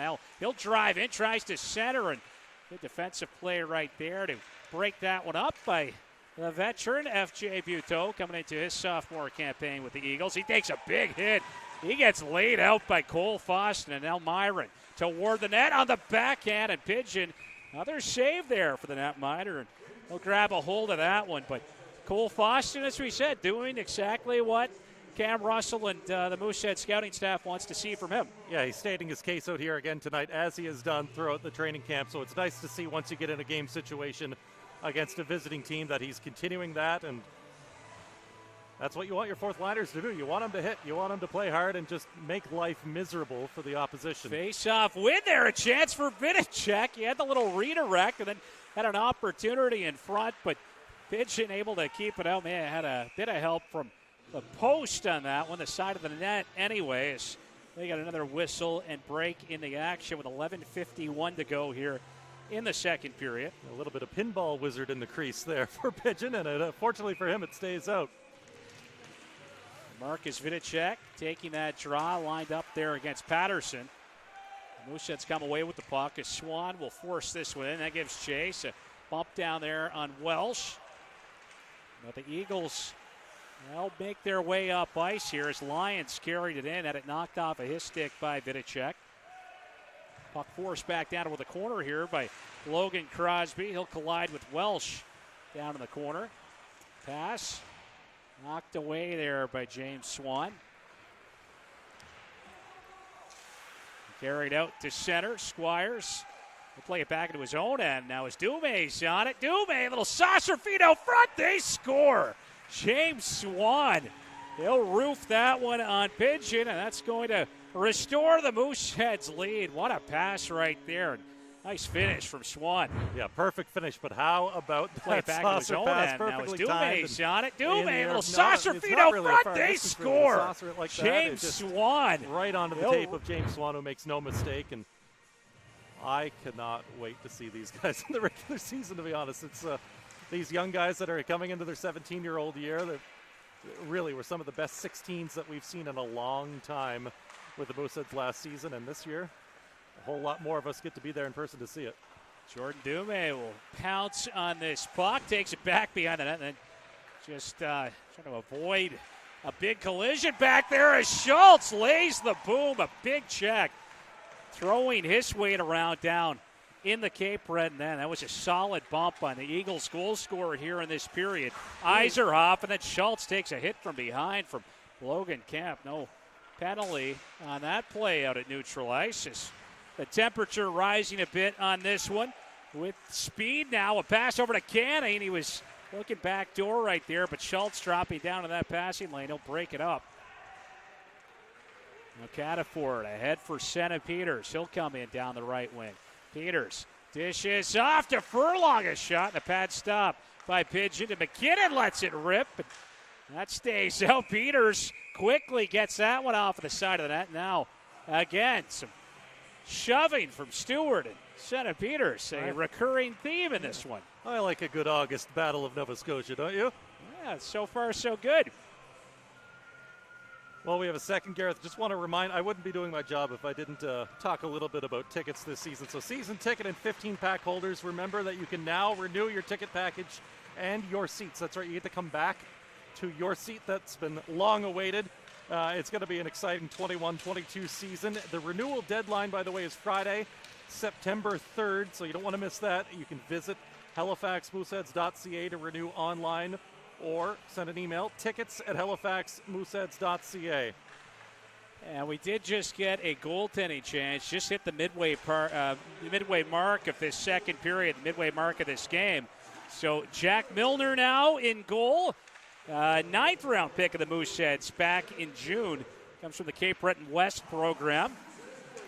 And as I said, there's two Cape Breton West netminders at camp over the last few days. Adam Katch, who was an affiliate call-up a few times for the Moose, a call-up for some of those games in the spring, or just takes a big bump back there. So he had all kinds of speed, making his way back behind the net, colliding with FJ Buteau. But Jack Milner now in goal for the Mooseheads, and Frederick Plur in net for the Cape Breton Eagles. So a bit of Plur late in the season. Came into a game with the Scotiabank Center, I want to say in April, even that Good Friday game. So called up at that point from Churro of the Maritime Hockey League. Stephen Davis, he'll get up and over the red line. He'll dump that one in. So neither of these goalies on this Cape Breton side likely to stick this year. They've got Nicholas Ruccia, highly touted pick, former first-rounder back in 2020, kind of earning that starter's role. And Remy Delfontaine, who came over in a trade last season. That should likely be the starting tandem, you would think, for the Eagles, as this one's fired wide. Davis on it here for the Moose. He'll let a shot go, and that is gloved by Frederick Plur. But it is camp. We'll wait to see how everything shakes out. And Frederick Plur with a glove stop right there with 8:24 to go in the second. Mooseheads up 3-2. Halifax with a couple of shorties back in the first period, 11 seconds apart. Bobby Orr scoring twice. James Swann with Halifax's only goal here, the go-ahead goal in this second period. You mentioned the goalies for Cape Breton. Goaltending depth, never a bad problem to have, and they're gonna like what they saw out of Pigeon tonight. He leaves trailing 3-2, but 22 saves, I believe, on the night for Pigeon. So it's a very good night for the youngster, the 11th round pick, as you mentioned before. Quite a story here, as we said, in camp for them. As Schultz lets it go right off the face-off. He hammers that one wide of the net. Foston quickly on it here for the Moose. Bumps it off the boards. Down to the corner. Myron battling down there. Gets some help from Boudreau. Myron tried to center out toward the slot area. Foston couldn't quite get the stick on that. As Furlong tried to hand off for Schultz. Broken up by Kean Bell. He'll take a bump over there from Schultz. Gets a shot right on. And Jack Milner tests it early. As Boudreau will take it back the other way here. Trying to get a shot off, and that was blocked. Getting in that shooting lane was McQuaid, another player that we saw called up a few times from the Maritime Hockey League. Spent last year with Yarmouth. And McQuaid will play it off the boards, knocked down there by Swann. Swann down toward the goal line here for Vinicek. Tried the wrap around. That one stayed out, but Swann, he got hauled down, and we will see a power play here for the Mooseheads for, I believe, the first time in this hockey game, as James Swann was tripped up. So it's going to be a cross-checking call, actually, to the Cape Breton Eagles. And the Mooseheads will head off on the man advantage here as Matthias, correct that. That is actually Michael McQuaid making his way off. So power play here for the Herd. And the Mooseheads going to stick with the line that was out there. Vinicek, Swann, and Crosby. Crosby, one of those players you mentioned that kind of get the Raphael Lavoie comparisons. He's a big kid, great hands. Vincent Gauthier as well, similar in the fact that he dropped a bit for whatever reason in the draft. Also high-end skill, and Mooseheads have high hopes for both of these young rookies. I was talking with Sylvain Favreau earlier, and he talked about, maybe there's a little bit of Lavoie in Gauthier's game, but maybe a little bit of Beaugrue as well, whereas Crosby kind of more of a Lavoie kind of comparison there. Regardless, yeah, you do. You have to like hearing stuff like that. As we get a long pass up ahead, Swann got a piece of it there, reaching out with the stick, and I was surprised to see him hustling after it. As Crosby works it down toward the corner there for Swann. He'll bank it off the boards, looking for McKinnon. McKinnon holds it in for Swann, pulls up along the half wall. Down here for Crosby. 40 seconds gone in this Mooseheads power play. To McKinnon at the line, looking for a lane. He'll lob one, and Crosby couldn't get the stick on it as Vidicek picks it up. He'll play it back to the line now for Tessier toward the middle. Back to Vidicek. Got a shot off. That was blocked. Buteau right on top of him. Back to Tessier to McKinnon. Vidicek with it once more. He'll pull up, lets his shot go, and that is kept out by Frederick Fleur.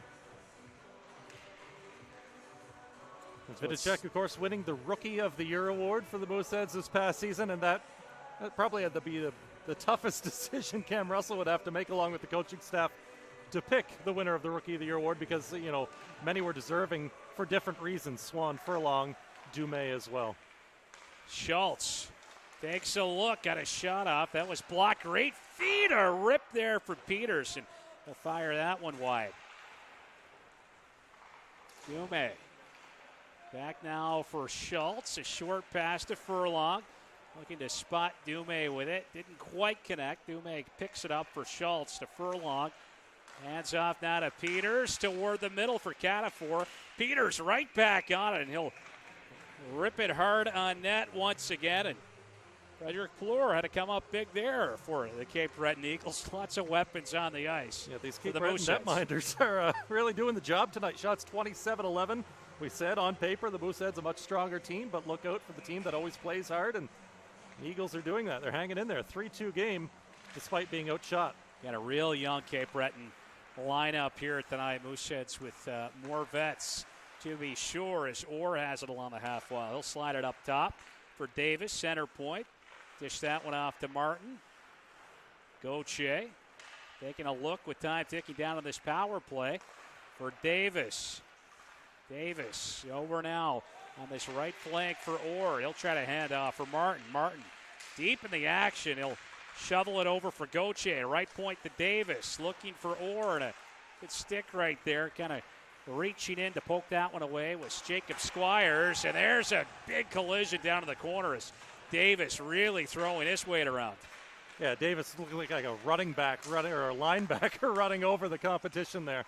And then Orr finishing his check as well. And Cooper, pass up ahead. That was off a Cooper stick as he reached in. And looks like we got a glove pass on that play. So another break in the action with 4:56 to go in period number 2 in this preseason matchup.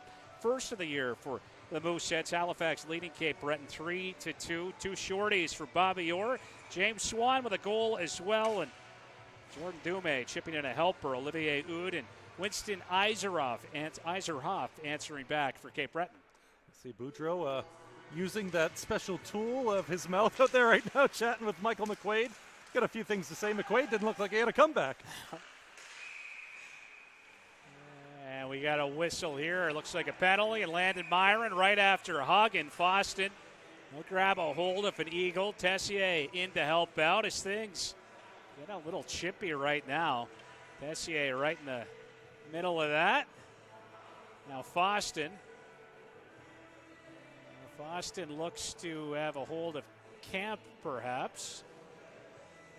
Yeah, so no love lost here. With not a whole lot of returning guys in the lineup here tonight for Cape Breton. They do have that younger lineup, but Logan Camp was around last year for sure. And 3 returnees up front for Cape Breton, 3 on the back end as Huggan will make his way to the Eagles penalty box, and we'll see what else comes of this. It looks like the Mooseheads have somebody over there.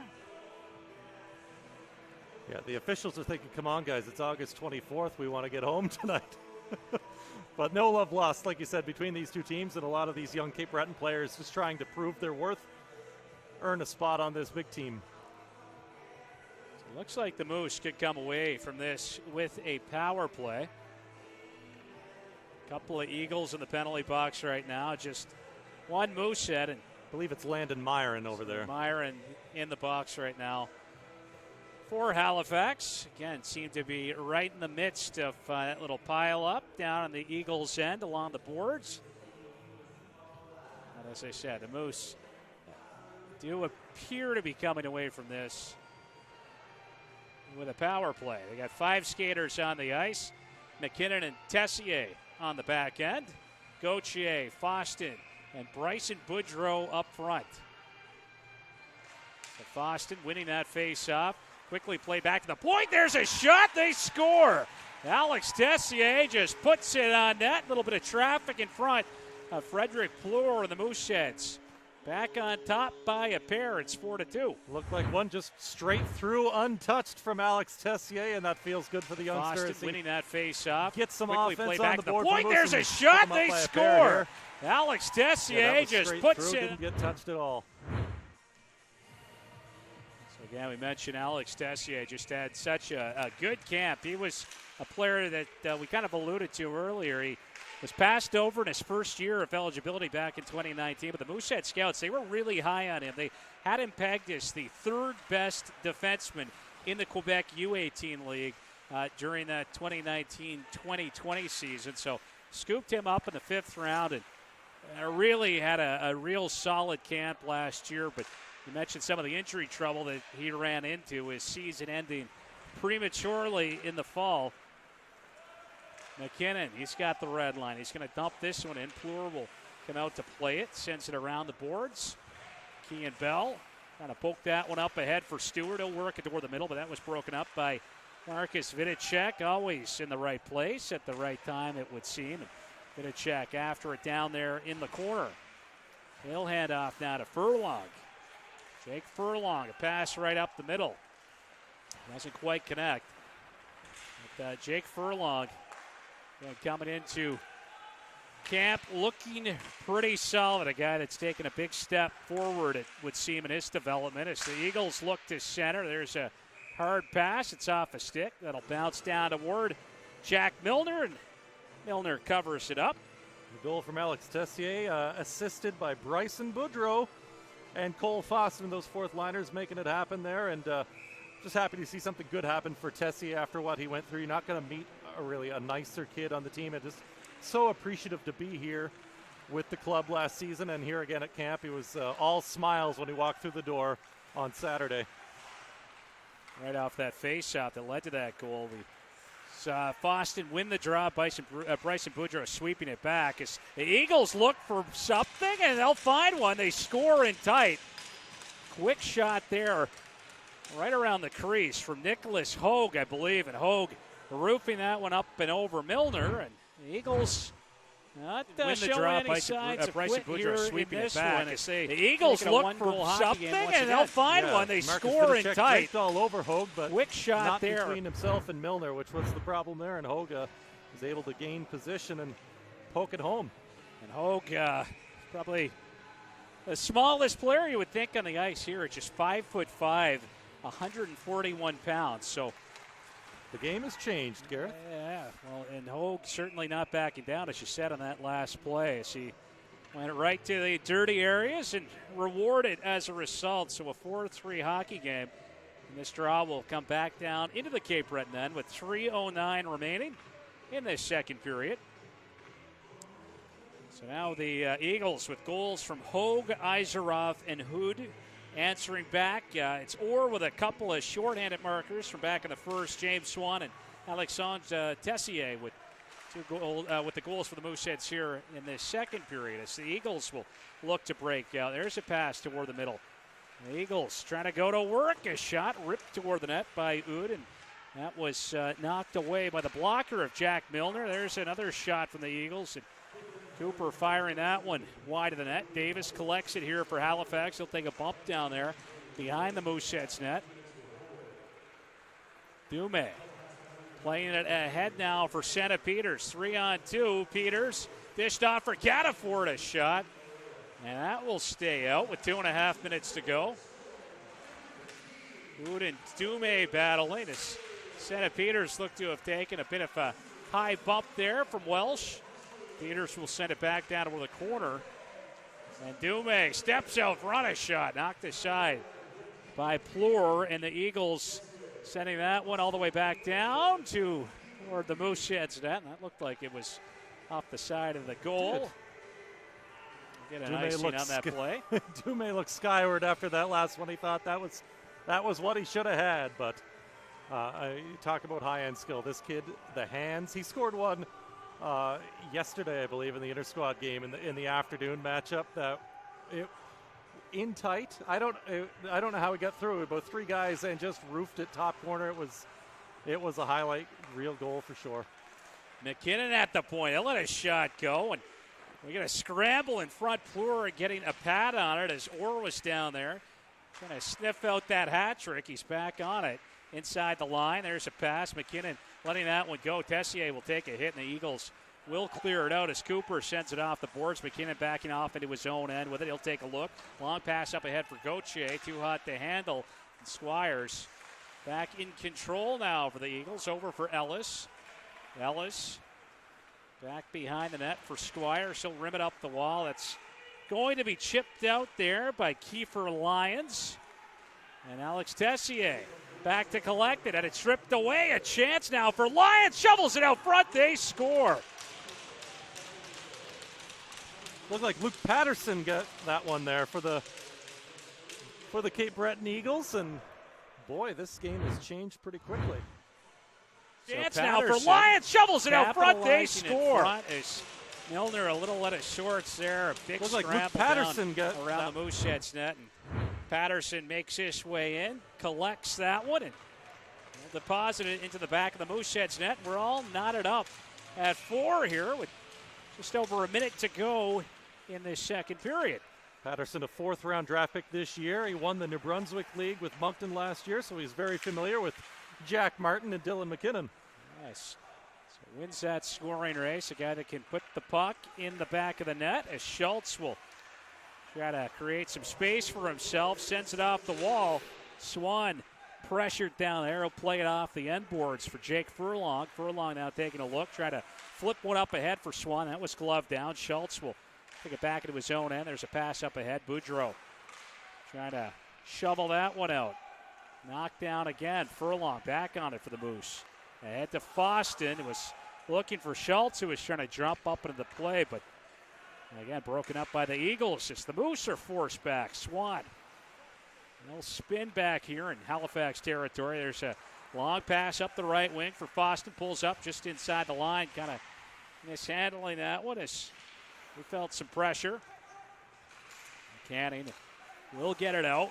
Foston for Swann with time ticking down. Just 7 seconds to go here in period number 2. Mooseheads will play it in.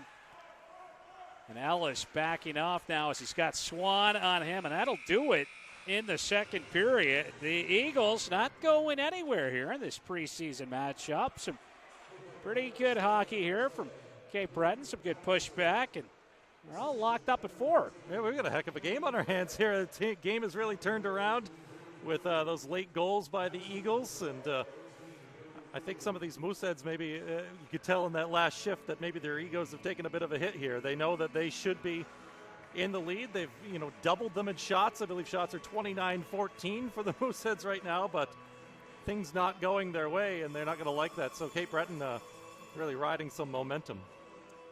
So Halifax with goals in this game. You look back to the first period, they got a couple of goals from Bobby Orr. Same Cape Breton power play. Orr striking twice shorthanded. Attilio Biasca and Jake Furlong setting up that first Orr marker. Then he scores just 11 seconds later from Brady Schultz. Another shorty, as I said, for the Carolina Hurricanes draft pick. But Olivier Oud answering back for Cape Breton. At 6:57 of the first period, Jacob Squires and Logan Camp chipping in the assists on that one. So 2-1 Mooseheads through 20 in the second. Didn't take long at all for Cape Breton to knot this one up at 2. Winston Iserov scoring just 11 seconds in to the period. But James Swann restoring the Halifax lead at 8:52 off the second from Jordan Dumais. Real nice saucer pass there from Jordan Dumais to spot Swann in the slot. And then Alex Tessier off a Cole Foston faceoff win. Bryson Boudreau sweeping the puck back to the Mooseheads blue liner, who was able to lob it through a little bit of traffic with just 4 minutes and 45 seconds remaining in the period to put the Mooseheads up by a pair. But as we said, the Eagles not going anywhere. Nicholas Hogue answering back quickly just a minute 30 later at 16:45 from Nolan Stewart. And then Luke Patterson with just a minute 17 left on the clock. He finds the back of Jack Milner's net from Michael McQuaid and Kean Bell. So we could be in for an interesting third period here, Scott. Absolutely. As you were speaking, they added an assist actually on the James Swann goal. Jordan Dumais, of course, had the primary assist. Brady Schultz also in there. So 2 assists for the American here this evening. Shots on goal through 40 minutes, 29-15 in favor of the Mooseheads. So the Eagles have got some pretty solid goaltending. First from Thomas Pidgeon, and Frederick Flores had to make a few big saves as well. Yeah, absolutely. I was really impressed with Pidgeon's play throughout the first half of the game there. He went away with 22 saves, I believe. He looked very strong. Like I said, those 2 Bobby Orr goals, I don't think anybody's stopping those.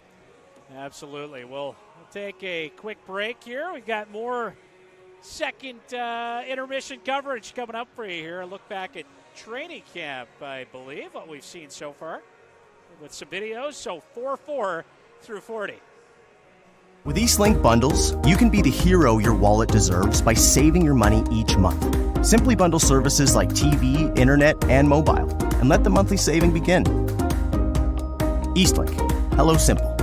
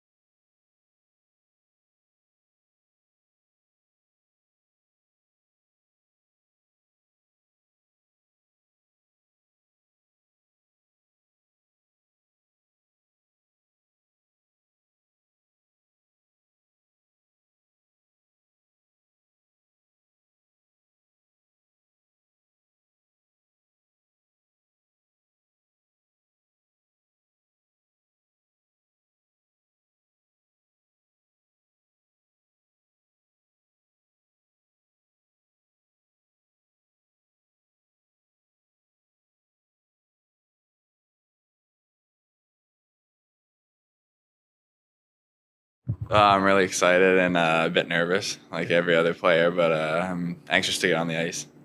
Now, hearing lots about your compete level and your desire to win and improve at all times, how do you show that to the coaching staff here at camp this week? I'm really going to show it by battling in the corners and really just giving 100% every shift and doing what I can do to make an impact on the ice. Tell us some of the other attributes that you bring to the Mooseheads as a player coming in as a very high draft pick. I'm a fast skating two-way defense. I like hopping up in the rush and following the play after a good first pass. So I think all those attributes could help the Mooseheads. And tell us a little bit about your training this summer. What things you worked on? What is your height and weight at now? My height is 6'2" and my weight's 185. Worked out all summer at PEH and Dieppe 5 times a week, and just with my buddies. It was fun. A lot of squats though. So. The team traded up to get you at the very end of the first round. How much of a surprise was that for you that night as you sat and watched? Yeah, so I had a somewhat of an idea where I was going, but I knew the Mooseheads were trying to get me up because we weren't sure if I was going to get taken by their 27th pick. And then I got a call from Ali, and he's like, "We got good news for you." And then, yeah, so it was really exciting to get drafted by the Mooseheads have been my favorite team ever since I was a kid, so it's really awesome. What was the reaction from your family that night? And I'm assuming your phone probably blew up as well. Yeah, so I was getting calls nonstop. My family was absolutely ecstatic. It was an awesome night for me. I had some friends over, and then, yeah, so it's where I want to be, and my family wants me to be here, and they all are really excited. Now, you're obviously one of the youngest players here. You don't turn 16 until December. What do you feel you need to prove to the coaching staff here at camp in order to crack this squad? I got to just play my game, play aggressive, not show any signs of that I'm young, and I think I'll be fine if I use my skill to my advantage and I play big. I have the size. It's not like I'm small for my age, so I think I should be good. All right, Matthew, welcome to the team. I know Mooseheads fans are excited to get a look at you on the ice. What can you tell us about yourself as a player and what you'll bring to the team? I'm a two-way forward. I take care of my defensive zone like I took care of my offensive zone, and I can play on both sides, like I just said, on power play, PK, and I think I have a great vision. So that's probably the most of my game that I can bring with the Mooseheads. Now, draft day was a very exciting day. You had a lot of family and friends around. What was that feeling when you were picked by the Halifax Mooseheads? It felt like a dream. When you heard your name on the screen, at first you're like mind-blowing, and after all, my family was happy for me, and I was very happy to be drafted by the Halifax Mooseheads too. Now, how difficult was it for you to not be able to play last season due to the pandemic, and what did you do to be able to stay in shape? It was hard on the moral, but I think that with all the practices, I was having in mind that the draft was coming, and I was working hard to be able to get drafted as soon as possible, and I think that I did well. What are some of the things you're most looking forward to at training camp over the next week or so? Meet the organization, all the players, and make myself a place on the team. So that's probably the most thing that I want to do here.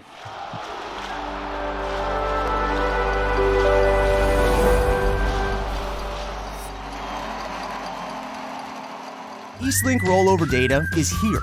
That means your unused data won't expire at the end of each month. It rolls over. How's that for teaching old data new tricks? Keeping your unused data. It's simple stuff. Eastlink. Hello, simple.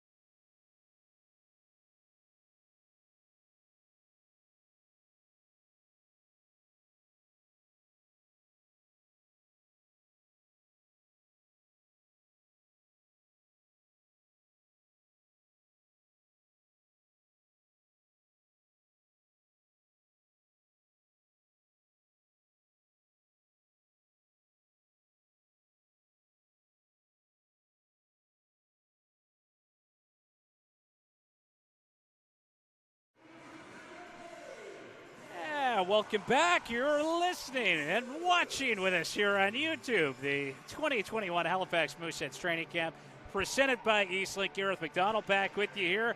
Joined once again here for the third period by Scott McIntosh, Halifax Mooseheads Communications and Media Relations Manager. Scott, we talked about the youth on this Cape Breton side. A lot of vets in the lineup tonight for the Mooseheads. Different story for the Eagles, but the Eagles haven't been backing down in this one. No, they're not at all. Making life tough for the Mooseheads tonight. A couple of late goals in that second period from Nicholas Hogue and Luke Patterson. We've got a brand new hockey game, 4-4, and I think if you're the Mooseheads brain trust, you want to see a little more pushback here. They might have let up a little bit towards the end of that second period and slacked off a little, I think. So you want to see what they got here in the third period, because game one, you don't want to show any weaknesses. Yeah, no, 3 of those goals in that second period, 3 of the 4 coming in the last half. So that was after the goaltending change, and that's never an easy position to be in, to come into a game, midway through.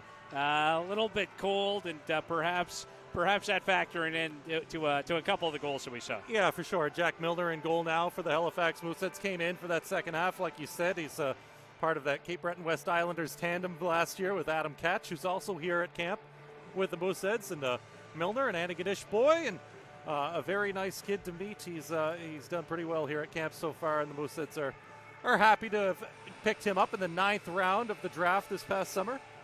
Yeah, went 5-9 at a 340 goals against average and 888 save percentage. Was talking with his coach from the Cape Breton West Islanders last year, Nick McNeil, who recently got a promotion here. Is now an assistant coach of the Moncton Wildcats. But Nick had a lot of great things to say just about Jack's maturity and the way he shows up in battles and fights. Real scrappy the way he plays, and certainly, as you kind of alluded to there, Scott, real mature kid off the ice as well. As we are back underway here. 4-4 hockey game through 40 minutes of play out of the Mooseheads end. Comes Marcus Vidicek, pardon me. There's a long pass up ahead. He was looking for Crosby.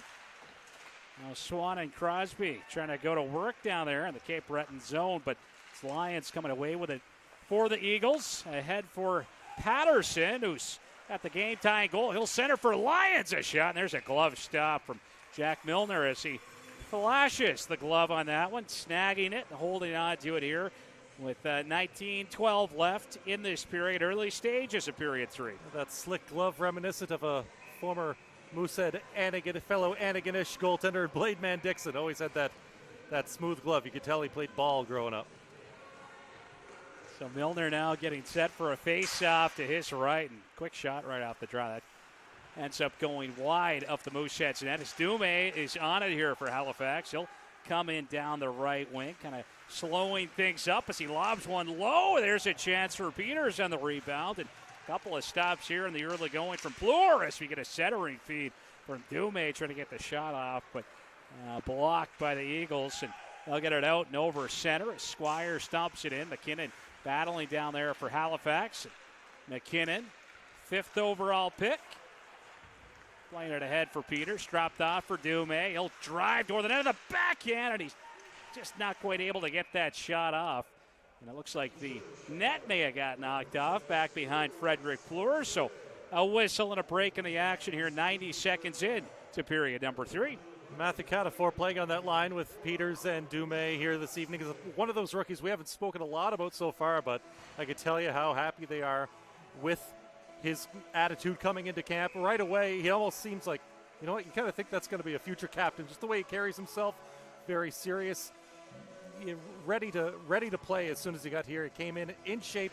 Again, eyes on the prize, knows what he wants to get out of hockey, and kind of remind me a bit of Elliot Desnoyers in that regard.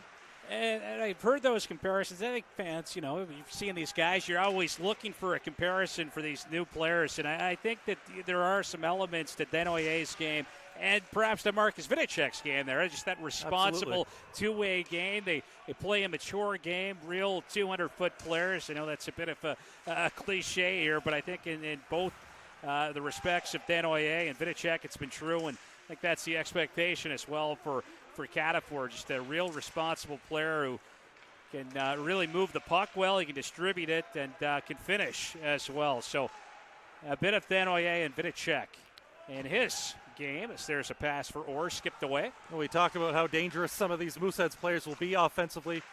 We haven't really talked about the couple of guys, big names, Zachary Leroux and Elliot Desnoyers, as you mentioned. Desnoyers, of course, undergoing off-season hip surgery. He is on the mend. Philadelphia Flyers keeping him in Philadelphia throughout the summer and working with their medical staff, and sounds like he's well on the way. He's back skating now and fully expected to be ready for Mooseheads' regular season to start here in October.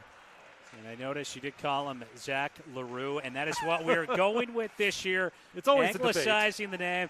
It's how, based on what we've been hearing from Zach lately, it's how he wants to be referred, how he's referring to himself. So we're running with it. Yeah, and Zach back in the building today, I might add as well. He has returned from, at least for now, from Nashville Predators camp. Should be on the ice tomorrow for some practice. And there's an opportunity right there at the side of the net, the area we often see Zach Leroux, but Eagles unable to capitalize as Furlong plays it toward the middle for Foston, knocked away from him, and there's a big collision as Boudreau and Cooper collide out there. A couple of former Halifax Macs. There's a shot from Tessier. That was blocked. So Leroux will skate with the team tomorrow with the players who will not be going to Cape Breton because these teams have a rematch tomorrow night in Glace Bay.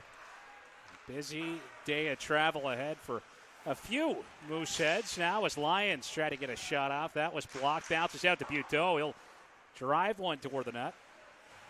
Bell on it here. Talked about Bryson Boudreau and his season a few years ago with the Basin Armada in the U16 AAA League. He and Bell, a teammate of his that season. So that league kind of designed for some of those younger guys in their first year of U18 as Milner will knock that one aside. Seem to remember Bell being a call-up late last season at scoring at Scotiabank Center as well with some family and friends in the house. And has some rich hockey bloodlines here. His mom, Fiona Smith-Bell, a longtime member of Canada's national women's team, and certainly has accumulated some hardware in her hockey career. Absolutely. And puck knocked up and out of play as we get a break in the action here with 15:26 left in the third period, all tied up at 4. Out on the ice right now for the Mooseheads, it is the Mathieu Catafor line. He's flanked by Senna Peters on his left wing, Jordan Dumais over there on the right wing side, Jack Martin on the back end, paired up once again with the veteran, Stephen Davis. Puck flipped down toward Milner, and he's just going to grab a hold of that one and hang on to it. Jack Milner coming up pretty big on Sunday in some of the inter-squad games here. Team White had a victory. Bobby Orr ultimately winning that game for Team White in the shootout, but Milner had to come up big. James Swann and Team Green really pressing in the third period. Swann always the competitor. Absolutely. Him and Stephen Davis had a little thing going on as well, where Davis hit him at one point, and then Swann scored while Davis was on the ice. Showed a little emotion yelling at Davis in jest, but it's the competitive juices that get going, right? And all of these inter-squad green versus white games have been very close. 7-6 in the morning draw yesterday. Then it was a Team White victory at a shootout yesterday. There's a shootout on Sunday. It's a pretty close competition.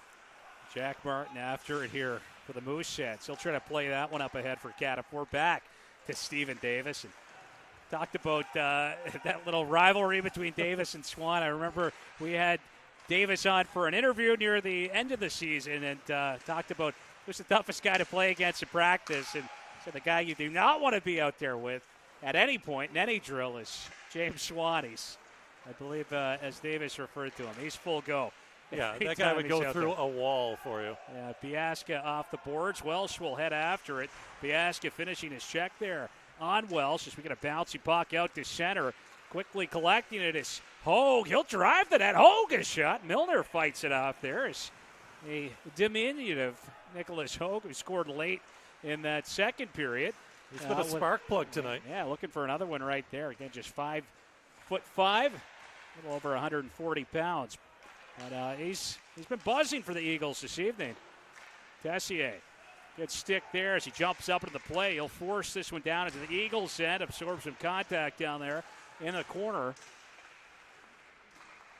Mooseheads Going to work it back to the line now. Comes to McKinnon. McKinnon will hand off to Tessier. Gets a shot on Orr with a chance in front. Scramble down there around the net. Orr just managing to keep that one out. What a chance for Orr as he loads up McKinnon. A heavy shot from the rookie right there, and that was steered aside. As Plur got a piece of it, Eagles clearing the zone. McKinnon tracks back after it in the Mooseheads. And there's a long pass up ahead now for Orr as he comes in down the left wing, pulls up. Going to wait for some help as his line mates were on a line change. Boudreau and Foston out here right now as Orr now able to get over to the Mooseheads bench for the change. A pass ahead for Cole Foston. Lets a shot go. Plur gets a piece of it.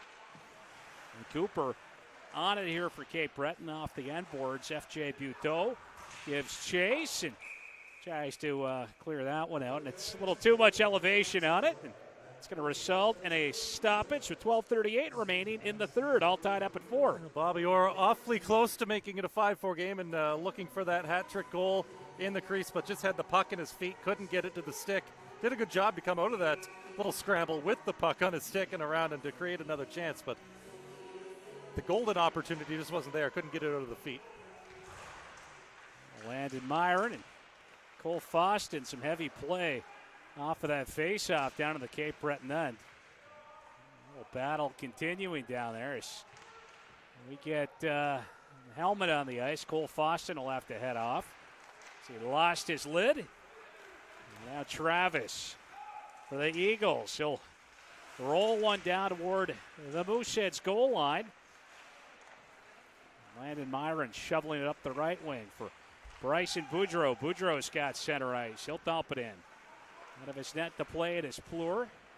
Works it over there for McQuaid. McQuaid pass up the middle. That was broken up by Schultz. And now Furlong will retrieve it for the Moose. And carries this one in. Got tripped up by Kiefer Lyons. And we have got a penalty coming up to the Cape Breton Eagles as Jake Furlong was hauled in as he tried to lead the rush back the other way for the Moose. So power play opportunity and chance for the Mooseheads to try to break this 4-4 deadlock. Yeah, and Furlong, of course, one of those big guys on the blue line heading into the season. The team made its first cuts today. All three of them were defensemen to kind of open up some more spots. There were a lot of D here at camp, and Noah Razan, Travis Badcock, and Kieran Burke all being reassigned earlier today.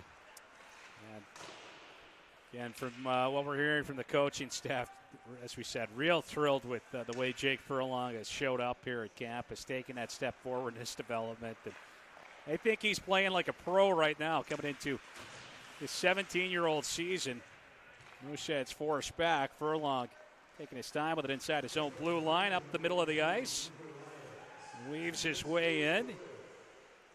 35 seconds gone here in this Mooseheads power play as Furlong will send it off the board. Swann short pass to Schultz. Back now for James Swann. His pass hits a skate. Eagles look to get it out. Furlong reaching in. Nice effort there to keep that one alive. To Vinicek. To Swann. A shot. He scores. James Swann will rip home his second off the game. And once again gets the Mooseheads back on top. A power play marker. That one Furlong doesn't happen without the nice play effort of Jake there to Furlong keep that one alive. Blue line to keep that Vinicek. puck in. To Swann. A shot. He scores. James Swann will rip home. Pass off to Swann and to Marcus Vinicek, really, and then Vinicek able to distribute the puck. But you're right, just a fantastic play there at the line. But Jake Furlong showing some good poise and composure there has kept it alive for the Mooseheads. Vinicek spotting Swann, and the Mooseheads rewarded for that solid defensive play, and they'll look for some more right now as Cataford makes his way in, cuts right, takes a look. He'll send it down the wall for Peters. Peters trying to roll away from his check. And now looking backdoor there for Matthew Cataford. And the Eagles just able to break that one up as Camp sends it up ahead now. I believe that was Lyons that got that shot off that Milner fought off. What a pass from Peters that almost connected. Approaching the midway point of this third period. Swann with a pair in this contest has got the Mooseheads back on top. McQuaid behind the net trying to elude Jordan Dume. Great play by Dume. Dume centering feet a shot. And that was ripped wide by Cataford. And now Cataford after it. Tried to bounce one down toward the corner. It was kind of gloved toward the front of the net, and it looks like that net got knocked off its mooring. So another stoppage here. 5-4 the score. Mooseheads on top. 9:55 remaining in the third period. Marcus Vidicek getting the lone assist on that James Swann goal. I think they might add Furlong. Maybe it was tapped by the forward for Cape Breton there as he stuck it ahead there. Just a real great play, though, on that last sequence, that last shift from Jordan Dumais. And saw a lot of that, particularly as the season went on. He's just, I referred to him earlier as a pit bull, and I think we called him that quite a few times last year. Just so tenacious. He's, has this high skill set, very skilled, but certainly plays so well defensively, too. And almost surprising to see a guy that, smaller guy like that that's so high skilled, but I think we had heard some Marner-esque comparisons last year, and I think those are probably pretty apt because he does play so well on both sides of the puck. And I think we heard him referred to last year by the coaching staff as a guy that was really kind of making his own luck because, it really hard when he was getting opportunities offensively, was playing hard, but if he turned a puck over, was picking up points for his defensive efforts as well because he was winning those battles, getting the puck back, and getting rewarded on the score sheet as a result. So it's going to be really fun to watch him take another step this year. And he was one of the guys that Sylvain Favreau was kind of quick to point out today, along with Jake Furlong. You mentioned Jordan Dumais and just how impressed he was with what he's been seeing from him. Absolutely. 8:35 left here in the third. Mooseheads up 5-4. Furlong with it. And he's going to take this for a skate up ice toward the blue line, trying to knock one over now for Cole Foston. Foston tries to protect the puck. He'll roll it back toward the left point. Furlong keeps it alive, sends it down toward the corner now. Bryson Boudreau on it for the Mooseheads. Look to drop it off, and then Boudreau kind of blowing a tire there, and he gets roughed up. Took a cross check as he was down from Travis, and Boudreau a little banged up after that one. He'll head off now. Some fresh legs on the ice for the Moose. Physical play now in the corner as Travis continuing to be chippy out there as he's getting a few cross checks in on Dylan McKinnon. Puck pops loose, knocked toward the net. That's off the side of the goal. I think McKinnon saw what Travis did to Boudreau, and he didn't like it very much, so he's letting Travis have it a little bit out there right now. So McKinnon, he'll play it up ahead now for his partner, Tessier. Poked away from him. McKinnon out to center. Tessier on it, up for Crosby. Some quick hands here from Crosby, but couldn't quite slip it past Buteau. And now an odd man rush for the Eagles as Kean Bell makes his way and try to center out front, but Stephen Davis dropping down into that passing lane. That kind of complicated the picture for Kean Bell, and Jack Milner able to keep it out as a result. You see Davis put his hand down there and quickly realized, you know what, I better not close my hand on that puck.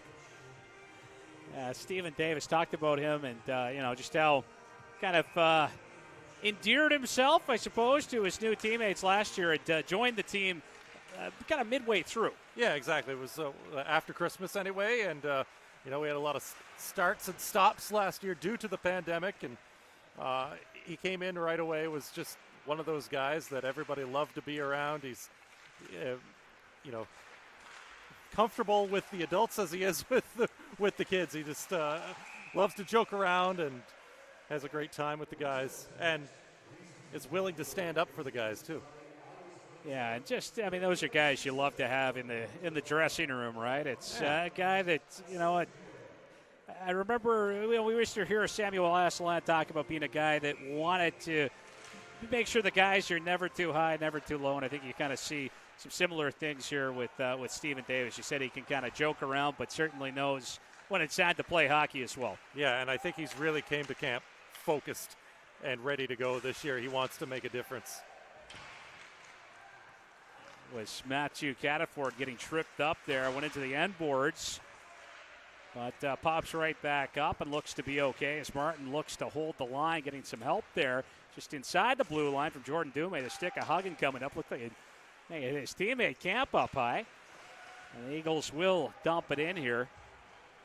Martin back to retrieve it. He'll take his time back there as the Mooseheads set things up. They've got a line change in, and it's worked over now for Bobby Orr trying to handle that puck. It kind of bounced on him, and Gauthier couldn't work it up ahead either, so the Eagles will send it off the side of the net. Schultz on it for Gauthier. Short pass there for Orr. He's got speed as he busts in. Down the right wing, pulls up, looking for an option, finds it, and Gauthier, a shot! He scores! Vincent Gauthier gets that one high and over the glove of Frederick Plur, and there's a bit of the sniper element on display. Busts in down the right wing, pulls we've heard up, a lot of talk about here from Vincent Gauthier. A shot! He scores! Right, Vincent Gauthier just picked gets it, that great one setup high. from Bobby Orr as well. Give the Mooseheads a little bit of breathing room. Make it a 6-4 game with 5:38 to go. And yes, that's all we've heard about for Vincent Gauthier is this guy has got the skill. He is a pure goal scorer. And if it's not this year, then boy, look out. He's going to be with this team at some point in the future and scoring some goals. And Gauthier right back on it down the right wing, looking for more. Got a shot off there, but it was deflected wide. Comes back to the point for Furlong. Lets a shot go. It's off of Gauthier's stick. Comes back now to Furlong. And calling for it was Schultz. He'll send it back over for Furlong. Furlong down the boards, just looking for Orr, poked away, and Schultz will come back to pick that one up. Couple of assists here for the American Brady Schultz as he takes it for a dance and then takes a high hit. That one clipped him up high, and he's a little shaken up after that, but good to see him bounce right back up on his skates. You never like to see some of those high hits, and FJ Buteau now is going to go sit for at least two. Yeah, we got to see the wheels on display from Schultz there. That he can dangle with the best of them, and great, like you said, good to see him bounce right back up from a hit like that, and he doesn't shy away. Absolutely. But back to Vincent Gauthier, who's got that goal to get the Mooseheads up 6-4. Halifax getting him in the draft at 37. They think Cam Russell and the scouting staff really hoping that they found a real steal here in Vincent Gauthier, because he was a guy, we already mentioned it, he was pretty high up the Mooseheads draft board, a guy that they didn't really expect to be there at 37. Yeah, they had him ranked high, I believe, in their top 10. Central Scouting had him higher than he went for whatever reason. One of those guys that seems to drop, but the Mooseheads very happy to get him where they did. There's Bryson Boudreau. Not surprised we'd seen him after the scouting report we got on Boudreau. Not surprising to see him mixing it up verbally on the ice. A little bit of verbal sparring, it looked like, with, I believe that was Michael McQuaid on the Cape Breton side. Yeah, Boudreau brings more than goal scoring. Yeah, well, absolutely. It's as we said, he's got that sharp tongue. He's not afraid to mix in a chirp here and there, and looks like McQuaid, I believe that's McQuaid. McQuaid is going to head off down to the Cape Breton dressing room. So looks like his night will end a little prematurely, and perhaps Bryson Boudreau's will as well. So Boudreau also looks to be heading down to the Mooseheads dressing room. So yeah, well, two different styles of leaving. Boudreau's got a big smile. McQuaid with a big stick slap on the concrete as he left. Boudreau's done his job, I believe.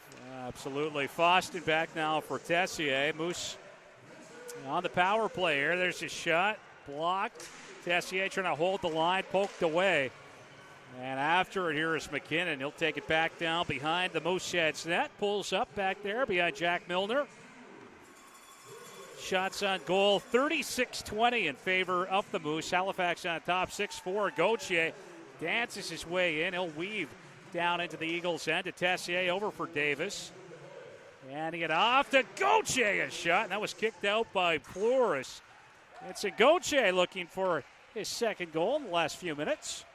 Good pad stop there from Plord as he kicked out the right pad. So Davis now will take his time with it as the Moose set up here on this power play. Jack Martin, rink-wide pass for Crosby. Nifty feed to Foston, rolled toward the net, and kind of off the toe, it looked like. Frederick Flores. Foston will play it back for Martin. The right point to Davis. Right back to Martin. High slot. Swann got a shot out there. Another Moosehead with a pair of goals Played back for Davis to Martin once more. He'll dish off for Foston to the slot for Swann, and that was fought off as Swann heads after it, and he'll take a high hit. Oh, a centering feed kind of missing its mark. Vidicek races over, and the Mooseheads bench keeps that one, and Swann, quick shot, and that's stopped. Gobbled up by Frederick Plur, who hangs on to it here with 3:06 left in the third. 12 seconds remaining on this Mooseheads man advantage. Fun fact about James Swann, might be the biggest fan of the Rocky movies you have ever met. The guy works out to the full Rocky soundtrack by himself in the Mooseheads gym at times and can sing it word for word. And by the way, a bang-on impression of Sly Stallone. Quick shot there from Swann, puts it right on. He's got a pair. Now, which soundtrack is it? Is it the original or? I feel like it's Rocky IV. I was going to say I'm partial to the Rocky IV soundtrack. That is an excellent soundtrack. So that's a good choice. I'm gonna tip my hat to him on that one. I haven't heard not it. Many 17-year-olds. Even know what Rocky is. Swann had talked. James Swann definitely talked a lot last year about the '80s music. He is a big '80s music guy, so it's not entirely surprising to hear that he's into that one. As Furlong lets his shot go, fought off there by Plur. And Swann battling along the half wall, kind of mixing it up. It's knocked past Furlong, but Moose right back on it. Vidicek couldn't get it past Stewart. Stewart back into his own end. Good reach in there from Swann, but couldn't quite maintain control of it. Time ticking away. 2:20 left here in the third. It's Ellis out of the Cape Breton zone. He's approaching the red line, gains it, and then dumps it in as Milner comes out to slow down the progress of that puck for Schultz. Rink-wide feed here. Peters off the skate will pick it up. High slot, dropped off. Dumais in his pocket picked right there.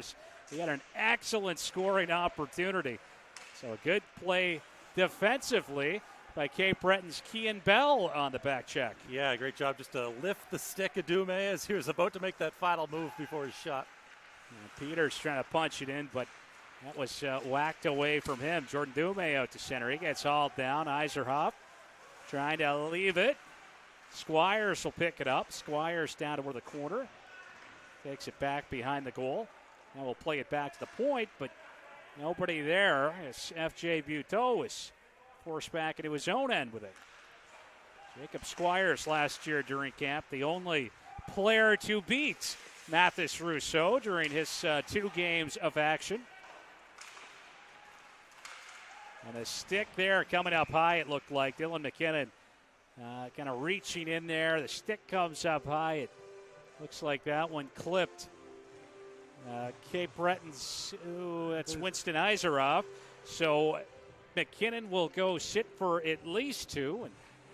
And only a minute 08 left here in this period. So perhaps not going to sit the full 2 minutes, barring some kind of miracle here for Cape Breton. But they do have a power play, and they do have 4 minutes on the board, it looks like. So a double minor there to McKinnon, and Eagles with a power play chance here, down 2 goals.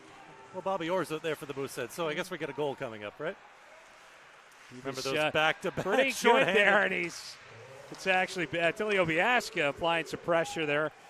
But, the Mooseheads making the most of their opportunities. Orr will hustle after it, sends it behind the net, was looking for McKinnon, or Martin back there, rather, but Martin was pressured. 45 seconds remaining. 6-4 hockey game. The Mooseheads practice facility here in Dartmouth.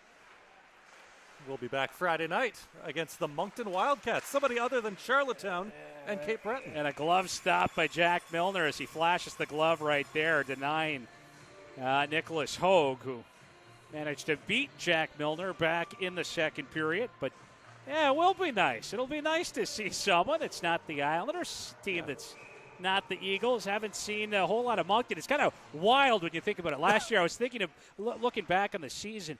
We didn't make a single trip to Moncton. Not once did we travel to the Avenir Center. The Wildcats, I believe, came to the Scotiabank Center a couple of times, but never had an opportunity to see beautiful scenic Moncton. That's right. Things are changing. Yeah. Nature is healing us. That'll be covered up by Milner, who gets the glove on top of the puck with just 14 seconds left here in the third period. And as you said, Scott, earlier, I mean, these two teams are right back in action tomorrow. Obviously, we can expect to see some different bodies in both lineups. Yeah, I think we'll see much different lineups, especially for the Mooseheads. I heard Cam Russell talking with some of the guys who will be going tomorrow, and then a couple of days to rest, and then back at it again on Friday night here against the Moncton Wildcats at 7 o'clock, and we'll have it on YouTube. And the Eagles are really applying some pressure here. A couple of opportunities late for them, and Milner coming up real big for Halifax in the dying seconds, similar to what I saw here during that inter-squad game on Sunday afternoon. He was pretty dialed into the late going and ensured that game went to a shootout, and his team white ultimately coming out on top. But, not a bad outing here for Jack Milner. Certainly for the Mooseheads, Mathis Rousseau was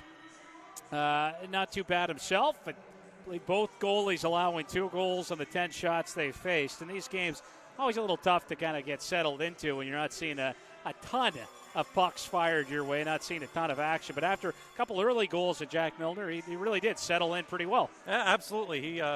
He stopped 9 of 11, actually. They've just updated that. And, one goalie, of course, we talked about we were impressed with early. Thomas Pidgeon played quite a bit, played almost 30 minutes for the Cape Breton Eagles, 22 saves on 25 shots. So he's going to walk away happy with his night. And now in terms of the game result, a couple of late goals from the Mooseheads here in the third period. James Swann getting his second of the night from Marcus Vidicek, and then Vincent Gauthier with a little insurance from Bobby Orr and Attilio Biasca with just 5:38 remaining. Yeah, quickly recapping, Bobby Orr with a couple of goals back in the first period. If we look back to the way things started, those both coming short-handed. Scores 11 seconds apart. Olivier Oud answering back for Cape Breton at 6:57 of the first period. So 2-1, Moose through 20. Winston Iseroff tying the game at 2 for Cape Breton early in the second, just 11 seconds, and then a couple of quick goals for the Mooseheads. Well, maybe not quite so quick together, but James Swann first at 8:52, and then Alex Tessier at 15:15. So, yeah, not quite back-to-back. But regardless, those goals putting the Mooseheads up 4-2. But then we got the quick goals. It was Nicholas Hogue quickly responding for Cape Breton, made it a 4-3 game. Then Luke Patterson tying the game up at 4 with just a minute 17 left. But as you said, in the third period, all Mooseheads on the score sheet anyway. James Swann scoring 9:02 in for Marcus Vidicek and Vincent Gauthier from Bobby Orr and Attilio Biasca at 14:22. So 6-4 the final. Few points here tonight for 3-point night for Bobby. For Bobby Orr. Again, those 2 goals coming short-handed. James Swann with a couple of goals. So the veterans, the guys that the Mooseheads are expecting big things from, these young veterans, just James Swann at 17, Bobby Orr at 18. They've been delivering. They delivered here tonight anyway in the early going, and obviously this is a trend that Cam Russell and Sylvain Favreau and the Mooseheads coaching staff, they'd like to see this continue. Yeah, and speaking of delivering, I think some of the big news of the day is the fact that Brady Schultz is here. He played tonight for the Mooseheads. He played well. He had a couple of assists, and it's making that decision look pretty good so far for both himself and for the team. And we know that the family, Brady Schultz family, was here, and they've obviously been talking with Cam Russell and the coaching staff, and certainly sounds like they've been pretty impressed, at least with what they've seen here from this Mooseheads program. Yeah, exactly. They we're very happy with the way he's been treated, with the facility we have, and with the way the organization is run from top to bottom, and coaching staff. We didn't really get a chance to talk about some of the new faces on the bench tonight, with Sylvain Favreau, of course, taking over as head coach this year, and then his new assistants Brad McKenzie and Liam Heelis, along with even athletic therapist Melanie Landry. So it's a lot of new faces for the Mooseheads this year, and they're all a very motivated bunch coming into the season, and happy to be here. Yeah, I think certainly. You and I, you're sad to see some people go, some longtime friends here, and as we said, a lot of changes here.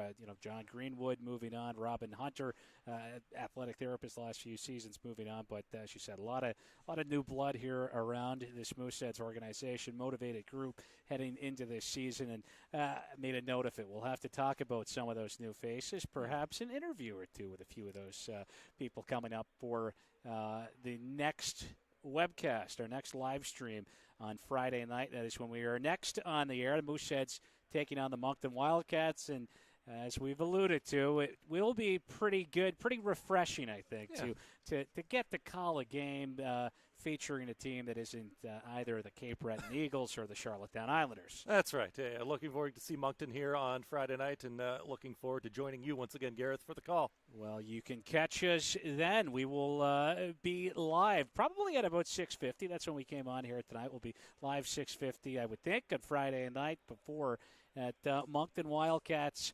Mooseheads matchup here at the RBC Center. Mooseheads off to Cape Breton tomorrow for their second preseason game against the Eagles. So we look forward to having you back with us on Friday night. We've had a lot of fun here tonight, so thanks so much for tuning in, and we will catch you on Friday. You've been listening and watching the 2021 Halifax Mooseheads training camp presented by Eastlink. Eastlink rollover data has arrived. Got leftover data at the end of the month? Now it won't expire. Just carry it right into next month. And you can share it with family members. Keeping your unused data and sharing with family? It's simple stuff. Eastlink. Hello, simple.